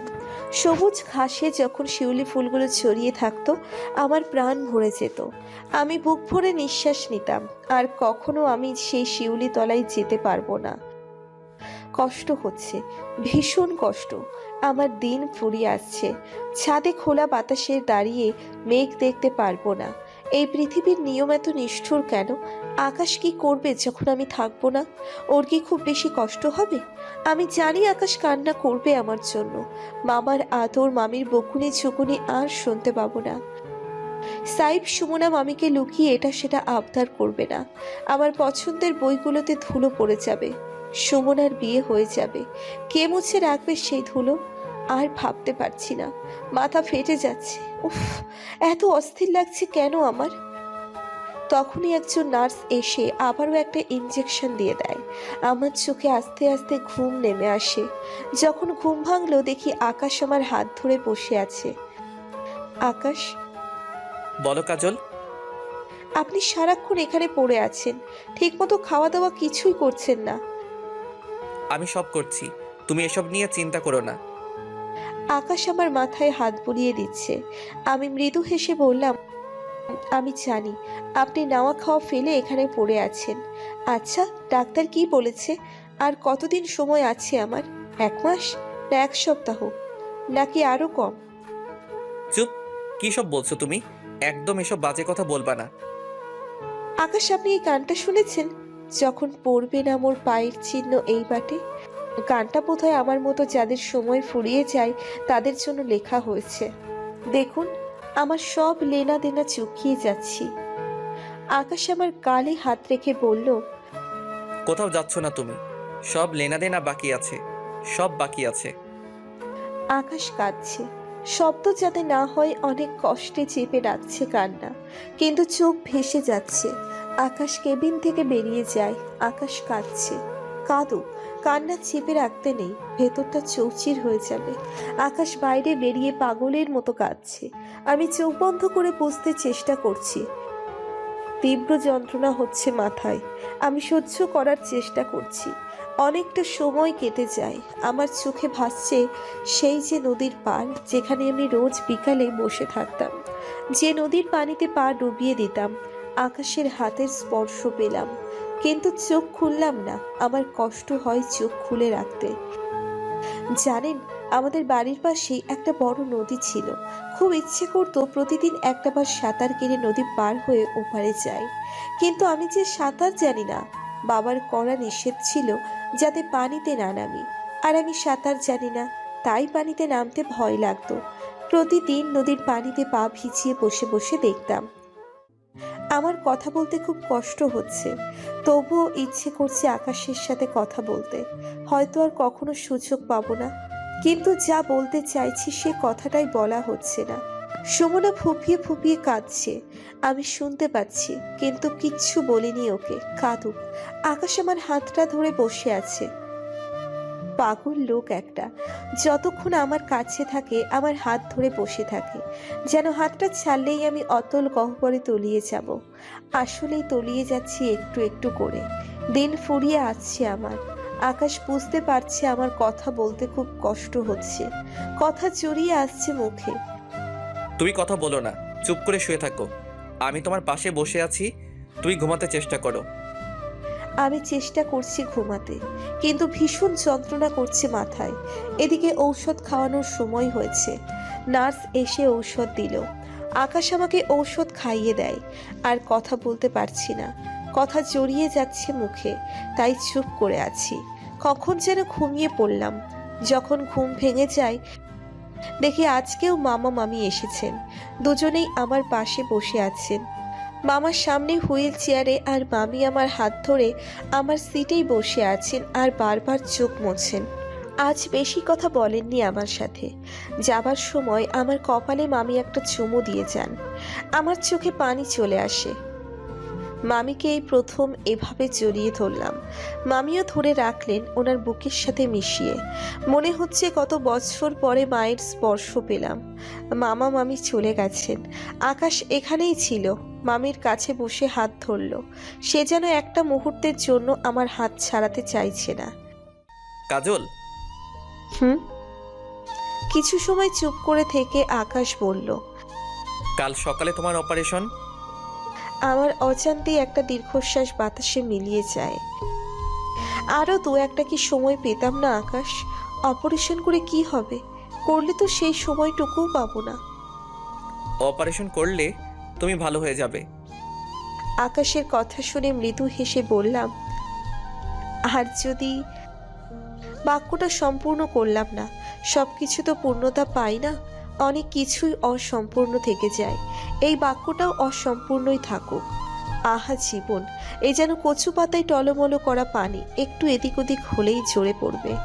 আকাশ আজ অনেক বেশি চুপচাপ, হয়তো ভয় পাচ্ছে ওর মুখের কথাই ওর ভয় আশঙ্কা আমার কাছে প্রকাশ হয়ে যায়। নয়তো কিছু বলার মতো খুঁজে পাচ্ছে না। দুপুর গড়িয়ে যাচ্ছে, দুপুরেই কিছু ঔষধ পাল্টে দিয়েছে। অপারেশনের জন্য প্রস্তুত করা হচ্ছে আগে থেকেই। আমার এখন যেন কোনো অনুভূতি কাজ করছে না। জানি অপারেশন টেবিলেই হয়তো আমি মারা যাব, কিন্তু এখন কেন জানি অনুভূতিগুলো কেমন অসাড় হয়ে গেছে। আকাশ সুমনাকে বলল, সুমনা তুমি বাসায় গিয়ে ফ্রেশ হয়ে আসো, সাইফ সন্ধ্যায় তোমাকে নিয়ে আসবে। আকাশের গাড়িতেই সুমনাকে বাসায় পাঠালো। এখন শুধু আকাশ আমার কাছে। আমি জানি আকাশ সুমনাকে কেন পাঠিয়েছে। আকাশ চাইছে এখনো একা কিছুটা সময় শুধু আমার কাছে থাকতে। আকাশ আমার হাতে ওর মুখ চেপে ধরে আছে। কাজল, হুম? তোমার চোখ দুটো ভীষণ সুন্দর। এই প্রথম আকাশের মুখ থেকে এই কথাটা শুনলাম। যেদিন অফিসে জয়েন করেছিলে সেদিন তোমার চোখের মায়ায় পড়ে যাই। আমার আশেপাশে এত মেয়ে ছিল, কিন্তু কেন জানি তোমার চোখ দুটো আমার মনে দাগ কেটে গেছে। আমি তখন বড্ড বেপরোয়া ছিলাম। দাদুর অনুপস্থিতিতে আমি ভীষণ একা হয়ে যাই, তাই এসবে দিনরাত ডুবে থেকেছি। কিন্তু তারপর আমি সবার চোখে একটা আশ্রয় খুঁজতাম, কিন্তু সবার চোখ জলজল করতো আমার যশ নাম আর টাকার জন্য। সেদিন যখন ডেইজির সাথে এমন করলে তখন আমার ভেতরে আরও নাড়া দিয়ে গেছো।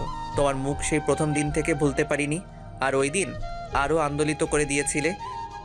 তোমাকে আমার বিয়ে করেছিলাম কেন জানো? তোমার বিষয়ে সব খোঁজ নিয়েছিলাম, তোমাকে আরও কাছ থেকে জানার জন্য বিয়ে করেছিলাম। আকাশ একটা দীর্ঘশ্বাস ফেলে বলল, সেই দিন পার্টিতে। থাক না আকাশ, কেন পুরনো কথা তুলছেন? বাদ দিন এসব কথা। না কাজল, তোমাকে শুনতে হবে। সেদিন আমি ইচ্ছে করে তোমার সাথে এমন করেছিলাম, মিথ্যা বলবো না। তোমার জন্য আমার সব ধরনের পেশন ছিল, তাই তুমি যখন চর মারলে আমার ভেতরে জেদ চেপে যায় যে কোনো কিছুর বিনিময়ে তোমাকে আমার করে পেতে চেয়েছি। কিন্তু পরে বুঝতে পারলাম তুমি কিছুতেই বিয়েতে রাজি হবে না, তাই অনেকটা ব্ল্যাকমেইল করে বিয়েটা করি, কারণ তোমাকে কোনো কিছুর বিনিময়ে হারাতে চাইনি। আমার জেদ ছিল ঠিকই, তার চেয়ে বেশি মনের মধ্যে একটা বাসনা ছিল। কোথাও একটা আশা ছিল যে তোমার মাঝে সবটাই পাবো যে আমি এতদিন খুঁজেছি। আমি বোকার মতো হাঁ করে আকাশের কথা শুনছি। তারপর বললাম, এই জন্যই বুঝি 2 বছরের জন্য বিয়ে করেছিলেন? আকাশ মৃদু হেসে বলল, তোমার কি মনে হয় এত কাঠখড় পুড়িয়েছি 2 বছরের জন্য? আমি বলেছি আর তুমি সিরিয়াসলি নিয়ে বিশ্বাস করেছো? এটা দেখে আমি খুব মজা পাচ্ছিলাম। আর সত্যিটা জানাইনি, আরও একটা কারণ আছে। আমি চেয়েছিলাম তোমার মনের কাছাকাছি যেতে। তুমি আমাকে অনেক খারাপ ভাবতে, আর ভাববেই না বা কেন, আমি এমনই ছিলাম। কিন্তু বিশ্বাস করো, আমি আমার জন্য একটা আশ্রয় চেয়েছি তোমার মধ্যে। আমার কোনো কিছুর অভাব ছিল না, নারী বাড়ি গাড়ি, কিন্তু আমার নিজের একটা মানুষ ছিল না যাকে আঁকড়ে ধরে বাঁচবো। আকাশের কথা শুনে আমার চোখ দিয়ে অঝরে পানি ঝরছে। কিছুতেই আটকে রাখতে পারছি না। এতদিন তো বলেননি। বলার সুযোগ হয়ে ওঠেনি, আর বলতে ইচ্ছেও করেনি। চেয়েছিলাম 2 বছর পরে যখন তুমি এই কথা তুলবে তখন বলবো। তবে আজ কেন বললেন? আজ বলতে ইচ্ছে করছে তাই।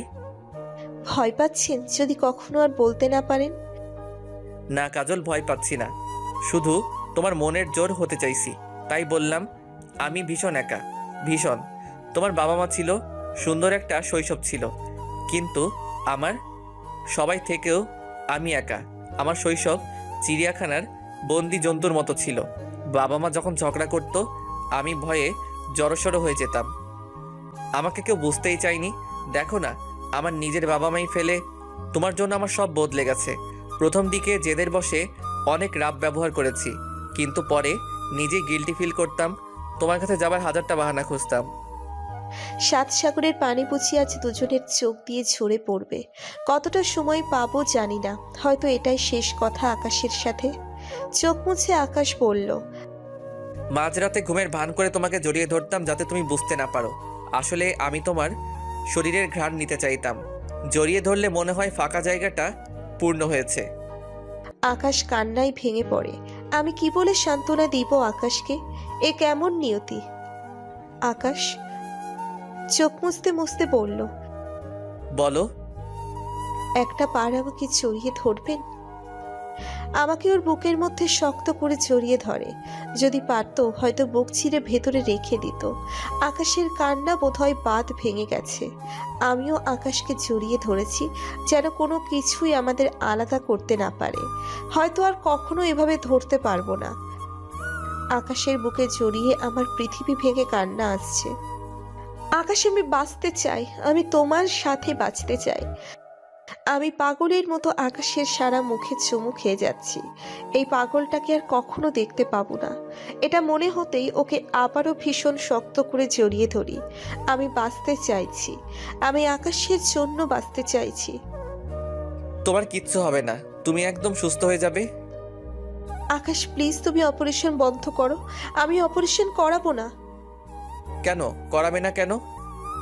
অপারেশন না করলে আমি কয়েকটা দিন থাকতে পারবো তোমার কাছে। অপারেশনে যদি মরে যাই তবে আর একটা দিনও পাবো না। এই মেয়ে একদম চুপ। আবার যদি এসব কথা বলেছো তো আমি তোমাকে খেয়ে ফেলবো। আকাশ কান্না কিছুতেই থামাতে পারছে না। এদিকে আমার মাথায় প্রচন্ড যন্ত্রণা শুরু হয়েছে। আকাশ, ভীষণ ভালোবাসি তোমায়, অনেক বেশি। আর কোনো কথা নয়, আমি জানি তুমি আমাকে ভালোবাসো, আমিও অনেক বেশি ভালোবাসি তোমাকে, তাই আমার কথা শুনতে হবে। চুপ করে শুয়ে থাকো, এত স্ট্রেস নেওয়া ঠিক হচ্ছে না। তুমি আমার হাত ধরে বসে থাকো। এই তো আমি হাত ধরে আছি, মাথায় হাত বুলিয়ে দিচ্ছি, ঘুমাতে চেষ্টা করো। দুপুর থেকে আমার খাবার বন্ধ করে দিয়ে স্যালাইন দিচ্ছে। ঘুমের পরিমাণ বেড়ে গেছে আমার। যতক্ষণ জেগে থাকি তীব্র যন্ত্রণায় ছটফট করি। সারা রাত কেটে গেছে। খুব ভোরে ঘুম ভাঙলে দেখি আকাশ আমার হাতেই মাথা রেখে ঘুমিয়ে আছে। আমি আকাশকে দেখছি। আমার দৃষ্টি স্পষ্ট নয়, ঝাপসা ঝাপসা চোখেও আমি দেখছি আকাশকে। একটা হাত আস্তে আস্তে ওর মাথায় রাখলাম। ঘন্টা 3 পরে অপারেশন। আমি জানি না আর কখনো ওকে স্পর্শ করতে পারবো কিনা। ভীষণ ভয় হচ্ছে আমার। আমার হাতের স্পর্শে আকাশ জেগে ওঠে। ঘুম ভাঙলো কখন? ডাকলে না আমায়? ক্ষীণস্বরে বললাম, এখন। আর কোনো কথা বের হচ্ছে না মুখ থেকে। আমার ভেতরে কেমন একটা করছে, মনে হচ্ছে দম আটকে আসবে। ভয় করছে, ভীষণ ভয় করছে। সময় হয়ে গেছে, আমাকে ওটিতে নিয়ে যাচ্ছে। আকাশও আমার সাথে যাচ্ছে। আমি ওর হাতটা শক্ত করে ধরে আছি। শেষবারের মতো সবাইকে এক নজর দেখে নিলাম। অপারেশন টেবিলে নেবার আগে আমাকে স্যালাইন পাল্টে দিল, আরও কয়েকটা ইঞ্জেকশন দিল। আমার মনে হচ্ছে সারা দুনিয়া ঘুরাচ্ছে।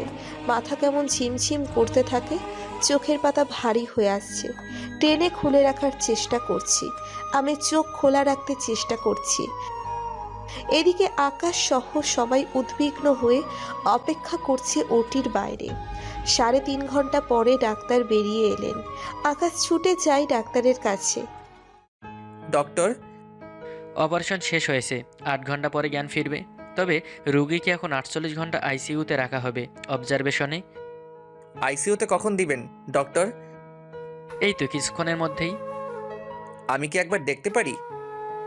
সরি মিস্টার আকাশ, এটা অ্যালাউ করা হবে না। প্লিজ ডক্টর, একবার জাস্ট দেখেই চলে আসবো। ডাক্তার একটু ভেবে বললেন, ওকে, শুধু দেখেই চলে আসবেন। তবে আপনাকে অন্য ড্রেস পরে যেতে হবে, ইনফেকশনের রিস্ক আছে রোগীর। ওকে ডক্টর, থ্যাংক ইউ। আসুন আমার সাথে। আকাশ ডাক্তারের সাথে চলে যায়। কত মিনিট, কত ঘন্টা, কতদিন পরে চোখ খুলেছি আমি জানি না।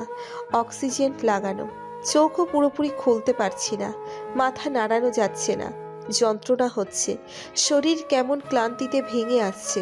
আমি কাউকে ডাকবো এমন শক্তি পাচ্ছি না। তারপরও সবটুকু শক্তি সঞ্চয় করে ডাকতে চাইলাম, কিন্তু গলার স্বর যেন বসে গেছে। বেশ কিছু সময় পরে একজন নার্স কাছে এলো। তাকে বলতে চাইলাম, কিছু বলতেও পারছি না। হাত দিয়ে যে ইশারা করব সে উপায় নেই। হাত উপরে তুলতে পারছি না। কোনো রকম হাতের 2টা আঙ্গুল নাড়ালাম। নার্স বলল, কিছু বলবেন? আমি ঠোঁট নেড়ে বললাম, আকাশ। কিন্তু নার্স বুঝতেই পারল না। যন্ত্রণা হচ্ছে ভীষণ, ভীষণ কষ্ট হচ্ছে আমার। যদিও অক্সিজেন লাগানো আছে, তবুও নিঃশ্বাস যেন বন্ধ হয়ে আসছে। মুহূর্তের মধ্যেই চরম পর্যায়ের ব্যথা অনুভব করছি। চোখ যেন বেরিয়ে যাবে ব্যথার তোড়ে। খিচুড়ির মতো হচ্ছে। রোগীর অবস্থা বেগতিক দেখে নার্স ভয় পেয়ে যায়। ছুটে যাই ডাক্তারের কাছে। আমি অনুভব করতে পারছি যে আমি মারা যাচ্ছি। বারবার মনে হচ্ছে মানুষ মারা যাবার সময় এমন অনুভূতি হয়। আমি মরতে চাই না, বাঁচার আপ্রাণ চেষ্টা করছি। একবার শ্বাস নিলে মনে হচ্ছে এটাই শেষ, পরের নিঃশ্বাসটা আর ফেলতে পারবো না। সৃষ্টিকর্তার কাছে প্রার্থনা করছি, হে আল্লাহ, আমাকে বাঁচতে দাও, আকাশের জন্য বাঁচতে দাও। আমি ছাড়া ওর কেউ নেই। এমন করুণ একটা সময় আমি আকাশকে একা ফেলে চলে যাচ্ছি না, যেতে হচ্ছে। আমি লড়াই করছি বাঁচার জন্য। এমন একটা অদ্ভুত সময় আমি চোখের সামনে দেখতে পাচ্ছি সেই যে নদী, নৌকার বয়ে চলা, একটার পর একটা ঢেউ আছড়ে পড়ার শব্দ আমার কানে আসছে। আমি স্পষ্ট দেখতে পাচ্ছি আমার মা রান্নাঘরে রান্না করছে, বারান্দায় বাবার সাথে ছোট্ট একটা মেয়ে খিলখিল করে হাসছে। আমি অবাক হয়ে দেখছি এই মেয়েটা আমি। নদী দূরে সরে যাচ্ছে, ক্রমশ দূরে সরে যাচ্ছে। আমার মা বাবার সাথে খিলখিল করে হাসা মেয়েটা, আমার চিরচেনা আগিরা ক্রমশ দূরে সরে যাচ্ছে, নাকি আমি সরে যাচ্ছি? এবার আমি বুঝতে পারছি বাঁচার সব চেষ্টা বৃথা। আমি ক্লান্ত হয়ে গেছি। অসহ্য যন্ত্রণার মাঝেও এমন ভীষণ হয়। হঠাৎ আমি নিজেকে দেখতে পাই শুনশান নীরব এক অন্ধকার প্রান্তরে। খোলা প্রান্তরে শুধু অন্ধকার। এই অন্ধকারেও হালকা হালকা দেখা যাচ্ছে চারিদিকে, কোথাও কেউ নেই। ভয় পাচ্ছি আমি, ভীষণ ভয়। আমি কি মারা গেছি? মৃত্যুর পরে এখানে আনা হয়েছে? কে কথা বলছে? হঠাৎ করে এত মানুষের আওয়াজ, কোলাহল। কে আমার নাম ধরে ডাকলো? মামা? না, ওই তো সুমনা ডাকছে। কিন্তু কোথায়? আকাশ ডাকছে, বাবা মা কথা বলছে, সবাই কথা বলছে।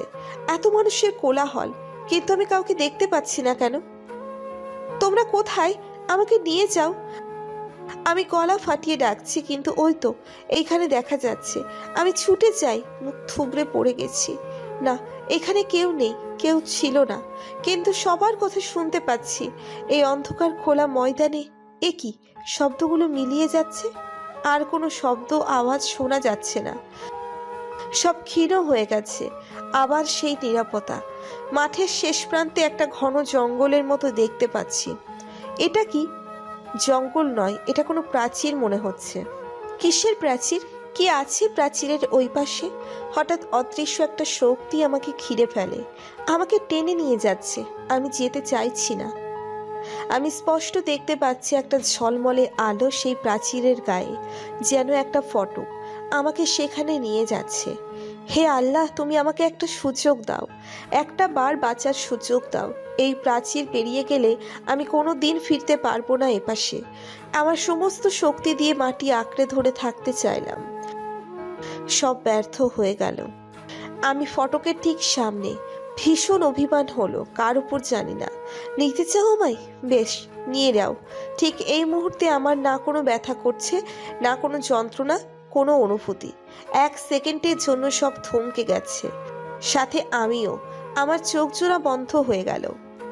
রোগীর অবস্থা খারাপ হচ্ছে দেখে নার্স ভয় পেয়ে ডাক্তারকে ডেকে আনে। ডাক্তার ছুটে আসে। অপারেশনের পরবর্তী সংকট। রোগী জ্ঞান ফেরার সাথে সাথে অপারেশনের ঝক্কি সামলাতে পারছে না। রোগীর অবস্থা কিছুতেই পেরে উঠছে না। রোগীর শ্বাসকষ্ট হচ্ছে। ডাক্তারটা ছোটাছুটি শুরু করলো। আকাশ আইসিইউ এর বাহিরে বসে আছে। ডাক্তার যেতেই দেখে জিজ্ঞেস করেছিল কি হয়েছে, ডাক্তার কিছু বলেনি। তাড়াতাড়ি রোগীর কাছে গেলেন। পরে ডাক্তারের ছোটাছুটি দেখে আকাশ বুঝতে বাকি রইল না যে কাজলের অবস্থা ভালো নয়। ডক্টর, কি হয়েছে আমাকে বলুন। কাজল কেমন আছে? দেখুন, একটু আগেই জ্ঞান ফিরেছে। আকাশ খুশি হয়ে বলল, আমি দেখা করতে পারি? সরি, জ্ঞান ফিরেছে ঠিক, কিন্তু কিন্তু কি ডক্টর? অপারেশন পরবর্তী কিছু ঝুঁকি থেকে যায়। এই ধাক্কা সামলানো রোগীর পক্ষে কঠিন। অপারেশনের পর একটা অস্বস্তি আর অপারেশনের জায়গায় ব্যথা, এটা জ্ঞান ফেরার সাথে সাথে তীব্র হয়ে যায়। রোগীকে এটা সামলে নিতে হয়। এখন যদি এই অবস্থায় রক্তক্ষরণ হয় তবে রোগী মারাও। আমরা আবারও ঘুমের ইঞ্জেকশন আরও কিছু মেডিসিন দিয়েছি। এখন শুধু অপেক্ষা করতে হবে কখন জ্ঞান ফিরে, কারণ ওনার খুব ধকল গেছে, যে এটা খুব আশঙ্কাজনক। আকাশ ধপ করে এখানেই বসে পড়ে। ডাক্তার বলল, আপনি চাইলে রোগীর পাশে অপেক্ষা করতে পারেন, তবে কান্নাকাটি বা শব্দ করলে সেটা সম্ভব হবে না। আসুন আমার সাথে। আকাশ এখন আর কাঁদছে না, একদম চুপ হয়ে গেছে। আকাশ কেমন স্তব্ধ হয়ে গেছে, চুপচাপ ডাক্তারের পিছনে গেল। 8 বছর পর এক পড়ন্ত বিকালে আকাশকে দেখা যায় দুটো ফুটফুটে মিষ্টি মেয়েদের সাথে বাগানে ভলিবল খেলছে। আকাশের 5 বছরের যমজ দুটো মেয়ে, আরশি আর আফা। আকাশের স্ত্রী বাগানের চেয়ারে বসে ল্যাপটপে কিছু কাজ করছে, সম্ভবত কিছু লিখছে। জীবন থেমে যায় না। নানা উত্থান পতনের ওপরতে জীবন চলে জীবনের নিয়মে। তেমন সুখ দুঃখের পালা চলতেই থাকে। সময়ে অসময়ে প্রিয়জনকে হারানো অসংখ্য বা হারানোর কষ্ট কোনো কিছুর বিনিময়ে ভোলানো যায় না। এই ক্ষত সহ্য করা সত্যি ভীষণ কঠিন, কিন্তু সময় আমাদের অনেক কিছু সহ্য করার অভ্যাস হয়ে যায়। তবুও আমরা চাই না কেউ হারিয়ে যাক। জীবনচক্রে অনেক অনাকাঙ্ক্ষিত ঘটনার সম্মুখীন হতে হয়। নিয়তির বিধান মেনে নেওয়া ছাড়া কিছু করার থাকে না। প্রিয়জনকে হারানোর ভয় বড্ড বেশি হয়, তবে উপরওয়ালা যা লিখে রাখেন তা তো হবেই, তার ব্যতিক্রম নয়। আকাশ নতুন করে জীবন শুরু করেছে। স্ত্রী আর পরীর মতো দুই মেয়েকে নিয়ে বেশ সুখে দিন যাচ্ছে আকাশের। দুই মেয়ে বায়না ধরলো আইসক্রিম খাবে। তাদের বাবাকে রাজি করানোর জন্য দুইজন দুই পাশ থেকে গলা জড়িয়ে ধরে বলছে, শোনো বাবা না, তুমি তো আমাদের বেস্ট পাপা, শুধু আজকেই আইসক্রিম খাবো। প্লিজ পাপা চলো না, প্লিজ প্লিজ প্লিজ। মেয়েরা যখন কিছু বায়না করে তখন আকাশকে সোনা বাবা বলে ডাকে। আকাশ বেশ উপভোগ করে, তাই আরও কিছু সময় রাজি না হওয়ার অভিনয় করে। শেষ পর্যন্ত রাজি হয়। কিন্তু তোদের আম্মু কি রাজি হবে? তুমি রাজি করাবে? ওরে বাবা, আমি নেই। পাপা, তুমিও কি আম্মুকে ভয় পাও? বেচারা আকাশ 5 বছরের মেয়ে দুটো জেনে গেছে আকাশ চৌধুরী বউকে বড্ড ভয় পাই। মুস্কি হেসে বলে, ভয় পাবো না, দেখিস না আমরা খেললেই চেঁচামেচি করে, গোছানো সব কিছু নাকি নষ্ট করে ফেলি, আমার কানের পোকা মরে যায়। মেয়েদের কথার ভঙ্গি সুবিধার মনে হচ্ছে না। মেয়ে দুটো মুখ চেপে হাসছে। আকাশের স্ত্রী সেটা আর চোখে খেয়াল করছে। লাইন ধরে 3 জন এসে হাজির আকাশের স্ত্রীর কাছে। কি চাই? আইসক্রিম। হবে না। প্লিজ একবার। নো। প্লিজ আম্মু, আম্মু চলো না, অনেকদিন বাইরে যাই না একসাথে, সামার ভ্যাকেশন চলে যাচ্ছে। পরশু বের হয়েছিলাম, মাঝখানে একটা দিন গেছে মাত্র। বাচ্চারা এত করে বলছে প্লিজ চলো না, আমারও খুব ইচ্ছে করছে আজ এক জায়গায় যেতে। কোথায়? আগে চলোই না, পরে দেখবে আইসক্রিম খেতে খেতে যাবো সবাই। যাও, রেডি হয়ে নাও। আরুষি আর আভা খুশিতে লাফাচ্ছে। আকাশ ওদের নিয়ে ভিতরে যাচ্ছে। আকাশের স্ত্রী তখনও লিখছে। আকাশ ফিরে দেখে ওর স্ত্রী ওঠার নাম নেই। এই কাজল, তাড়াতাড়ি আসো না, বিকেল গড়িয়ে যাচ্ছে। এই তো আসছি, লেখাটা শেষ করি, প্রায় শেষ, 5 মিনিট প্লিজ। ওকে, তাড়াতাড়ি কিন্তু। আকাশ মেয়েদের নিয়ে ভিতরে যায়, কিন্তু কাজল কি লিখেছে চলুন দেখে আসি। আমি বুঝতে পারছিলাম মারা যাচ্ছি, আমার চোখ বন্ধ হয়ে যায়, কোনো অনুভূতি নেই। তারপর মনে হয় কত যুগ, কত আলোক বর্ষ পেরিয়ে গেছি। আমি চোখ খুলে বুঝতে চেষ্টা করছি কোথায় আমি আছি। আমি কি মারা গেছি? মৃত্যুর পরে এখানে এসেছি? ভালো করে চোখ খুলে দেখি আমার চিরচেনা একটা মুখ। আকাশ আমার হাত ধরে বসে আছে। আমি বুঝতে পারলাম আমি মারা যাইনি। এই প্রথম অনুভব করলাম বেঁচে থাকার স্বাদ। মৃত্যুর সাথে লড়াই করেছি, শেষ পর্যন্ত ঘুমিয়ে পড়ি ইনজেকশন দেওয়ার পর। তারপর কয়েক মাস কেমোথেরাপি নিয়ে বছর দেড়েক পরে সম্পূর্ণ সুস্থ হয়ে উঠি।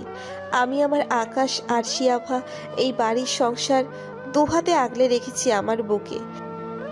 আকাশ আর আমি দুজন দুজনের রক্ষা কবচ। একটা মুহূর্ত তাকে ছাড়া অন্য কিছু আমার ভাবনাই নেই। মেয়ে দুটো আমাদের চোখের মণি। একদিন আমাদের মেয়ের বড় হবে, ওদের বিয়ে দিব, আমি আর আকাশ বুড়ো হব। আকাশের চুলে পাক ধরবে, হয়তো মুখ ভর্তি দাড়ি সাজাবে। আমরা দুজন বুড়ো বুড়ি মিলে বসে বসে পুরনো স্মৃতি আওড়াবো। রোজকার মতো সকালে হাঁটতে হাঁটতে সেই শিউলি তলায় এসে দাঁড়াবে। যখন ফুলে ফুলে ছেয়ে থাকবে, আকাশ কিছু ফুল কুড়িয়ে আমার আঁচলে দিবে।